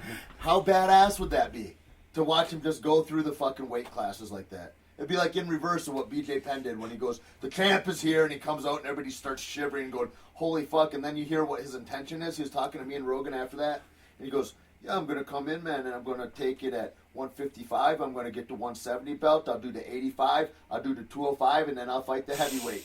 And he's full intention, full belief. He's going to beat everybody and take every one of those belts. And you know what? I got goosebumps right now just thinking about it. You believe him when he's telling you. You're like, holy fuck, that's a dude that believes. You know, it's fucking badass. What a sport. Well, boys, what about NDAA? What do you think? Indefinite detention? What's NDA? I know you don't watch the news much. We're watching NDAA is the National Defense. There's a bill that gets passed every New Year's Eve. Oh, And it's this Defense Act where like all our veterans and everything get paid, and all their hospital bills and all that and all their checks go out, and it just gets signed in. It's part of the budget every year. But also what they put in last year was they said you can indefinitely detain American citizens without charges or without lawyer representation. And it just got signed again, and Obama wrote a big apology about it. He still signed the motherfucker, but he wrote a big apology about it and said, you know, this way they're back-ending bills and stuff, because like they'll call it like the anti-child pornography bill, and they'll say, and we get to also search and seize your house without any warning or whatever. And then if you're a senator, you go, well, that's not cool part of it. They go, what, you're for child pornography? You know what I mean? They name these bills in artful ways so that they can get their agendas through and all that. And I don't know, it's a crazy time to be alive for those reasons too. Like, so yeah, you can get, as an American citizen now, I think they wanted to move it away from like Guantanamo Bay, where they're off American soil and they can treat people however they want, and now they're trying to fucking just take away constitutional rights so they can treat you however they want here as well. Me and John play that game, but that's at home. What game is that? Take away his rights. Uh-huh. It's called Mandingo. Did you see Django? Oh yeah. Oh man, that's Is best that your new hero? Just black dudes just killing white people. What better feeling is it? It's a crazy thing. I was talking to a buddy about it, and I'm like, what? Like, you hear that jackass Spike Lee? Oh yeah, he's all bitching that he didn't do it first. He's like, I won't even watch it. He's like, I'm so pissed at it, I won't even watch it. This racist Quentin Tarantino, he talks all this shit, right? In the meanwhile, what's really happening in real life, you fucking has-been, never was, jealous motherfucker, Quentin Tarantino, is that like Sidney Poitier, who's like, he's like the Malcolm X of fucking of cinema for the black nation. It's like he's going when Tarantino's getting interviewed, and he goes, you know, at one time I questioned, like, I don't want to do these slavery shots in the field and stuff. Maybe I'll go to Trinidad or I'll go to Brazil or something, and I'll have Brazilians do it just to take some of the pain off of it. Like, I don't want to put American extras in that. It's just fucking awkward. And he says, and I'm talking to Sidney Poitier about it, and Sidney goes, it sounds like you're trying to hide from your own subject matter. He's like, you need to be a little braver. And he says, and it just flipped everything for me. So when I hear Spike Lee go, I don't even want to watch it and da-da-da-da and all that, and you look at like the commentary on the antebellum South and the American culture and what race is like, and then I hear Jamie Foxx talking about it, and he's going, you know, it wasn't really weird for me, maybe for somebody else, but he says, I grew up in Texas, and dudes called me nigger in a not fun way, you know, when I'm growing up. And he says, these things happen right now, and I've felt that, and so making this kind of statement was important. And the other thing I think about is that if Spike Lee would have made it, if a black person would have made that film, white people everywhere would have been like, fuck that, fucking this racist, and it would have never gotten any acclaim. But this is a film that was sold out across America, and you get to see kind of a black revenge film on these horrific fucking atrocities that are getting made back in the South, and a love story. Like, I don't know, it's powerful. You love it or what? Oh, I liked it. It was one of the best movies I've seen in a long time. Yeah. It's like Inglourious Basterds, just way better. Yeah. Yeah. I walked out of the theater and I talked to my manager, who's African American, and I was like, "Look, you're gonna want to slap a white guy as soon as." Wait, he's from Africa? No, I said he's African American. What? I always think it's the funniest term. Like you're Scottish American. It's like when Hanato came and he's like, "What is this?" Like Hanato Miglashi, when he came, he lived with me. I kind of teach him English and shit. We lived together for 2 years. It was really awkward, but he had to learn English because I'm not going to learn fucking Portuguese. And he's going, "Yeah, what is this? These guys, they talk African American." I said, "Oh, it's like the politically correct thing now for black people." I said, and that's kind of moved away from that. They're just going with black now, and before it was Negro, and now that would be extremely racist. And I said, America's just gone through all these fucking identity crises with people and how to classify them and not offend anybody. And he's going, what do you got? I'm just American. Well, that's what, but he goes, "This is fucking stupid." He says, "If I become American, I'm Brazilian American." He's like, and I'm like, No, yeah. Hernato's always just going to be a Brazilian. Yeah. No matter what. He tried to tell Isaac that he was white, and Isaac's like, "You are not white." That was true. Yeah. Did you see the Cubby? You watch Django? Yeah. Sorry, you can't smell the microphone anymore. He's used to smelling. Yeah, I microphones. saw it. I Yeah, didn't saw it. even see it, as a revenge movie, Yeah. I mean, the way the guy that played the German guy, Yeah. just he was the one that was just trying to do what was right, Right. and I thought that was awesome. Just, it was more about doing the right thing, Right. and that he was willing to go through anything just to do the right thing. And go all in. Yeah. Yeah, and then just to see, some of those scenes that were hard to watch, it was kind of an eye opener for people to look into the past and say, okay, this really did go on. Wow, Right. wow, Well, it's not and- just and something we probably talk worse, about, right? Yeah, not just something that you talk about, but you actually got to put a visualization to it to go, wow, that was could have happened. Right. Probably did happen. When they're fucking when they let the dogs go on that guy. Yeah. And that man's laying there, and the crazy hillbillies are super excited about it. Yeah, But then even everybody else that's not super excited about it, it is really like a stark representation of me of just an acceptance of like, this is just how it is, just Yeah. everyday stuff, and it's just like this appalling vision that you're seeing, and it's like it's just the way it is. And Jamie Foxx's character, and Leonardo's tries to shock him with it. And he's like, "Yeah, are we done yet? That's your property. Let's go." You Yeah. know, and it's just like, fuck, man, just this matter of fact wiping away humanity, and it's like, wow, that happened. And still, I mean, it's not long ago in Texarkana where they drag a black guy from a pickup truck till his head came off. It's like, it's nauseating what happens, and it's like that, it's fucking 2009 or something when that happened. I'm like, fucking really? Like, that's crazy. yeah.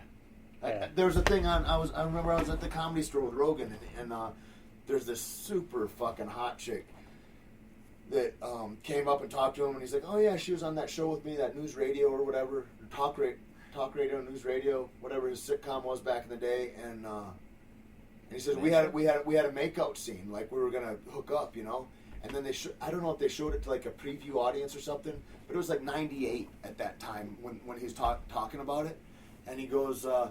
Yeah, they said it wasn't that America wasn't ready for an interracial couple yet, so they didn't. They scrapped that whole scene, and I was like, how fucking crazy is that? Like the late '90s, you're like that. That's as progressive as we are. Like that would be weird for people. Like fucking wild, man. Yeah, it's crazy. Well, anyway, what else you guys got? I like to party. Isaac, when you get some money, are you gonna fix your teeth? Absolutely not. Those are the way they're supposed to be. They're like a trademark at this point. That's what the dentist said. He said, "No, you grow into them." I just watched this show called This Is 40 or. Yeah, that's where I'm at. And did you This see is that? 34. Did you see the movie? No, we were gonna go see that last night. When you go watch it, Let's there's go. a kid that they tease and they go, "Oh, he's like Tom Petty. He looks like Tom Petty." I just thought of your fucking teeth all the way through it. I just saw it last night. You're gonna love it. We were gonna go see it, but then we saw that Jack Reacher movie. You liked it? I liked Reacher. You know what I was surprised at? The main bad guy in it, that guy Jai or whatever. That there was the guy that capped all the people to begin with. The young guy, the sniper. Yeah. Not the sniper they framed, but the other sniper. Yeah, Nate. A little spoiler for you motherfuckers out there. You look like Nate. But he was also in the show Spartacus that this dude gave me. He gave me all the DVDs of the first season of Spartacus. It's a Stars show. Yeah.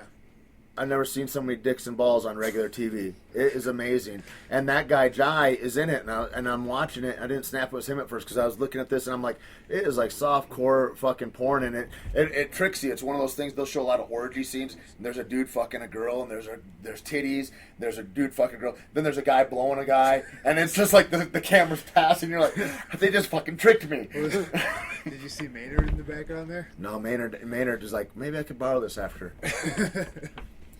He's a nice gentleman. I did a little podcast with him and Nate Harris a couple days ago. You're gonna have to put that up sometime. I think this is the first one though. I gotta learn how to do Dropbox. I think send this to Red Band and then he'll put it up on that Death Squad channel. We'll have it on iTunes shortly. I'm looking forward to that because all I keep seeing is retweets of Rogan podcasts and stuff like that. We're gonna. I think I'm gonna call it "Stay Bulletproof" with Tait Fletcher. I don't know. I don't know what else to say. Maybe butter. I like butter too, man. I like Stay Bulletproof. And what I asked Coach too, and he says, yeah, come down, anything for you, Tatimus. And so, if you guys are wondering where my Twitter Tatimus Maximus comes from, it's a Greg Jackson joint. That's he's great at naming people. He's like the George Bush of MMA. Who else? I would get Keith, but Keith doesn't. He's got like 4 words a minute. He doesn't talk a whole lot. It's weird. Keith has been talking lately. He's like a Steve Swanson. I could get Keith and Steve Swanson together, and we could have silence for 4 hours. Yeah, I just want to thank you guys for letting me pour my heart out to you. I really appreciate that. Fantastic. So who else we get? We'll get Greg on this. You should have Wink come on and talk politics. We could have Wink. We could have Wink come on, and he would be with Keith and Steve. He's another man of very few words. No, you just gotta get him talking about the right stuff. You just gotta get him mad enough. Not even mad enough. I get him talking politics because I sit on one side of the political spectrum, not like, and he sits on the other, and it's kind of, but we share common stuff. You know what I mean? So we'll be hitting mitts, and the way I get a break is I say, "What about this?" And all of a sudden, and he's got an opinion about it. Yeah, and it's great for me. You'll have to do it then with me and Wink, so you can prompt him in the right ways. I will. And the thing, how you get Keith to talk, just talk about movies. Yeah, he loves movies and books, man. He's the only guy that goes to more movies than I do. He was saying he wants to start a reality show. He's like, "You ride a motorcycle, Tate?" I said, "Yeah." And he goes, "We're going to do this thing. We're going to go to old West towns. We're going to find out about ghost stories and stuff." And he's got this whole plan out. All right, awesome. Let's do that. That's awesome. Sure. So, yeah. I think you just leaked it. Well, it's deeper than that. You just wait. Wait. Keith is still one of the guys in the gym who, no matter how friendly he is, he just scares the hell out of me all the time. You know who's like that? I went and I talked with him and John and Mr. Luttrell over at Keith's yoga joint, and just sitting there and just looking at Mr. Luttrell, and I'm just like, he's another guy. Smile all the time. Nobody more terrifying to me. not a great big man, about 150 pounds or something like that, right? Maybe 5'7". Fucking terrifying. Terrifying. I don't care if he's smiling at you or not. You're like, I'm so glad he's not hitting me right now. I was on the freeway one day and I was so pissed because they literally blocked off. They stopped traffic so that they can catch one guy.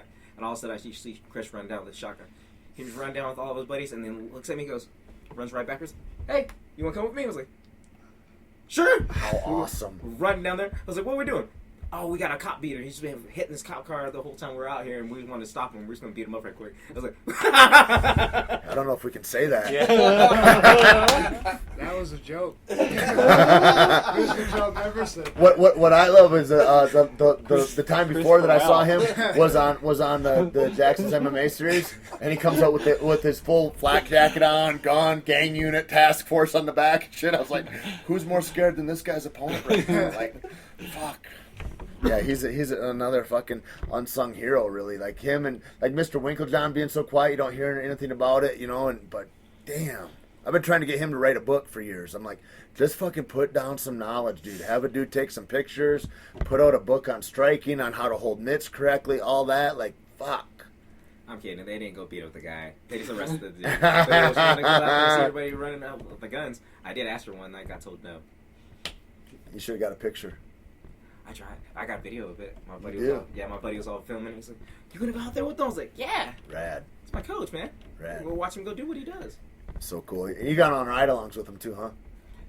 I got to go on one, and that was one of the scariest things I've ever done in my life. He's one of those guys. He's not like, there's a lot of cops you think about and you're like, oh, he probably just sits around and fucking goes to the donut shop or hangs. He's a guy that is actively out there fighting fucking crime. Yeah. He is out there keeping motherfuckers safe. And if you think cops suck or that, you're just a fucking asshole. There's guys like him that are out there that are fucking. Straight They're up not superhero, taking coffee breaks because they're out there beating the shit out of crime. You know what I mean? When crime rears its head, it's there getting handcuffed by him. Like, man.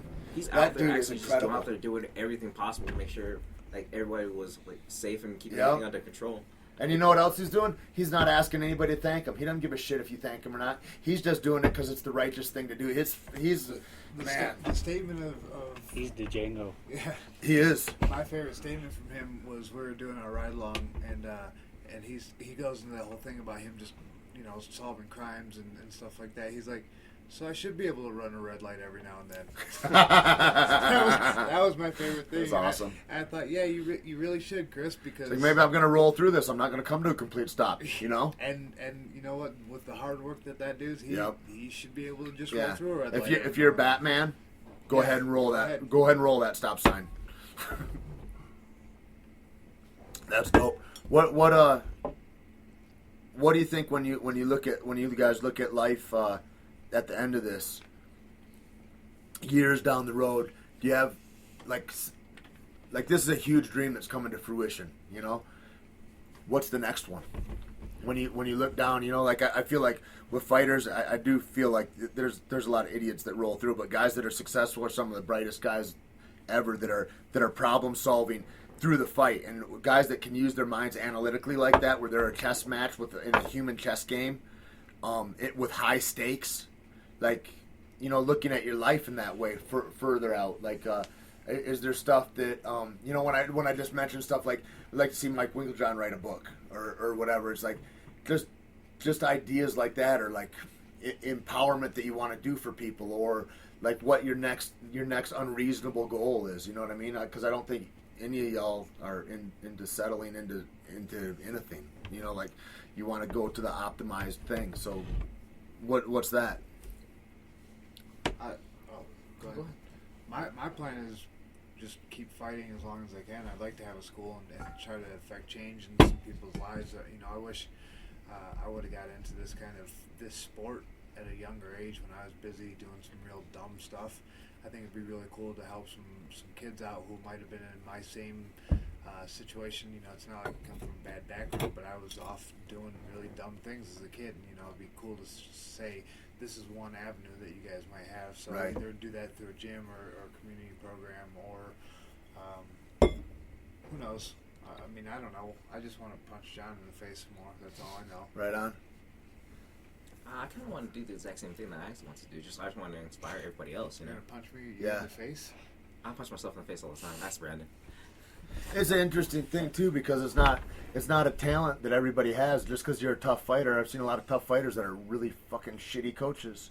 But you know what I mean. Yeah. For you guys to be able to have enough concern, empathy, take your egos out enough where it's like you don't have to fucking beat the shit out of your students to prove that you're the master or whatever the fucking crazy thing is that people do. I have been known to put an ass whooping on a couple guys at the other Jackson. Sometimes you got to do that. Guys walk in and they think it's all about this, and you got to show them it's kind of about that. You know what I mean? But you know what I mean? It's like there's guys that are like, I'm gonna go ahead and heel hook every white belt I see just to show them that, you know. And it's like, maybe not such a great idea, but But I just want to make sure that I can get someone else to go ahead and like chase their dream. You know. Yeah. I want somebody else to be able to do or get a chance to do what I've done. You know. yeah. That was one of the most beautiful things that I heard a coach ever say. Was somebody was asking about that. They said, I don't know, it was maybe after he cornered George in one of his fights or something. He goes, man, you see all these young men out here that you're helping create their life with, and you're helping them come to their dreams. And he says, "Do you ever feel bad that that you're not there, Mr. Jackson?" And he said something to the effect of, helping men. This is my dream, helping men achieve their dreams, achieve their goals. Bringing them to rise to the highest fucking levels that they can get to. That's what I get to do in my life. Like, who else gets to do that with 40 guys, with 100 guys, and it's fucking phenomenal. The kind of change that man, what he's done here. What that mustard seed 20 years ago is now today. It's definitely awesome. So you already own a gym. What do you want to do, Cub? For me, Kill some zombies. I've had talks about this more recently. Right now, I'm so in the moment. Yep. I feel for majority of my career, I was so focused that it flew past me, Yep. and I don't even remember it, Yeah. and that I didn't enjoy it. Yeah. I was so focused about getting to the end that I Right. didn't enjoy it, and there really is no point, because when you get to the end, it's like, oh, it's the end. Yeah. Yeah. And now I'm enjoying being here, being in the moment of living my dream. You know what I Yeah. mean? And when I'm done, I want to be at peace with it, and I want to do whatever I want to do after this and have the same passion. Yeah. And I can't have that passion until this passion goes away. So Proper. I'm going to set myself up to be able to do anything I want. I don't Yeah. want to limit myself. To have some choices. Yeah, Yeah. because I who knows what I'm gonna want to do. You change in life, but as of right now, I'm enjoying the moment, and I'm doing everything is in the moment. I'm trying to be the best I can be at this, Right. and not worry about other things Yep. that aren't a matter right Just now. not relevant right Yeah, now. it's just not Yeah. relevant. I feel like that's so wise. You know what I mean? To not get ahead, to not get out there. Yeah. Like, that's huge. And I think too, there's something about, like, if you're appreciating every moment, you're into that kind of fullness. That's going to leak into the next moment. You know what I mean? Yeah. Of that greatness and whatever it is. And it's attractive. Like, whatever opportunity is out there is going to be attracted to that guy. Not, you know what I mean? And that's fucking powerful, man. I like that.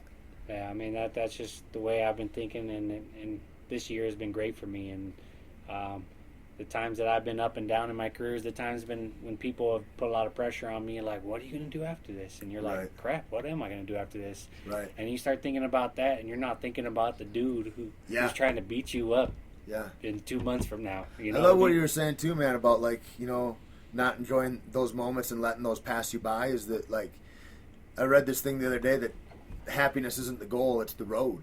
Mhm. And it's like that smile that we're talking about John carrying or whatever. Like, if you're not in that, then what the fuck is the point of it all? And that's the real juice right there. I think that's what you want in this life.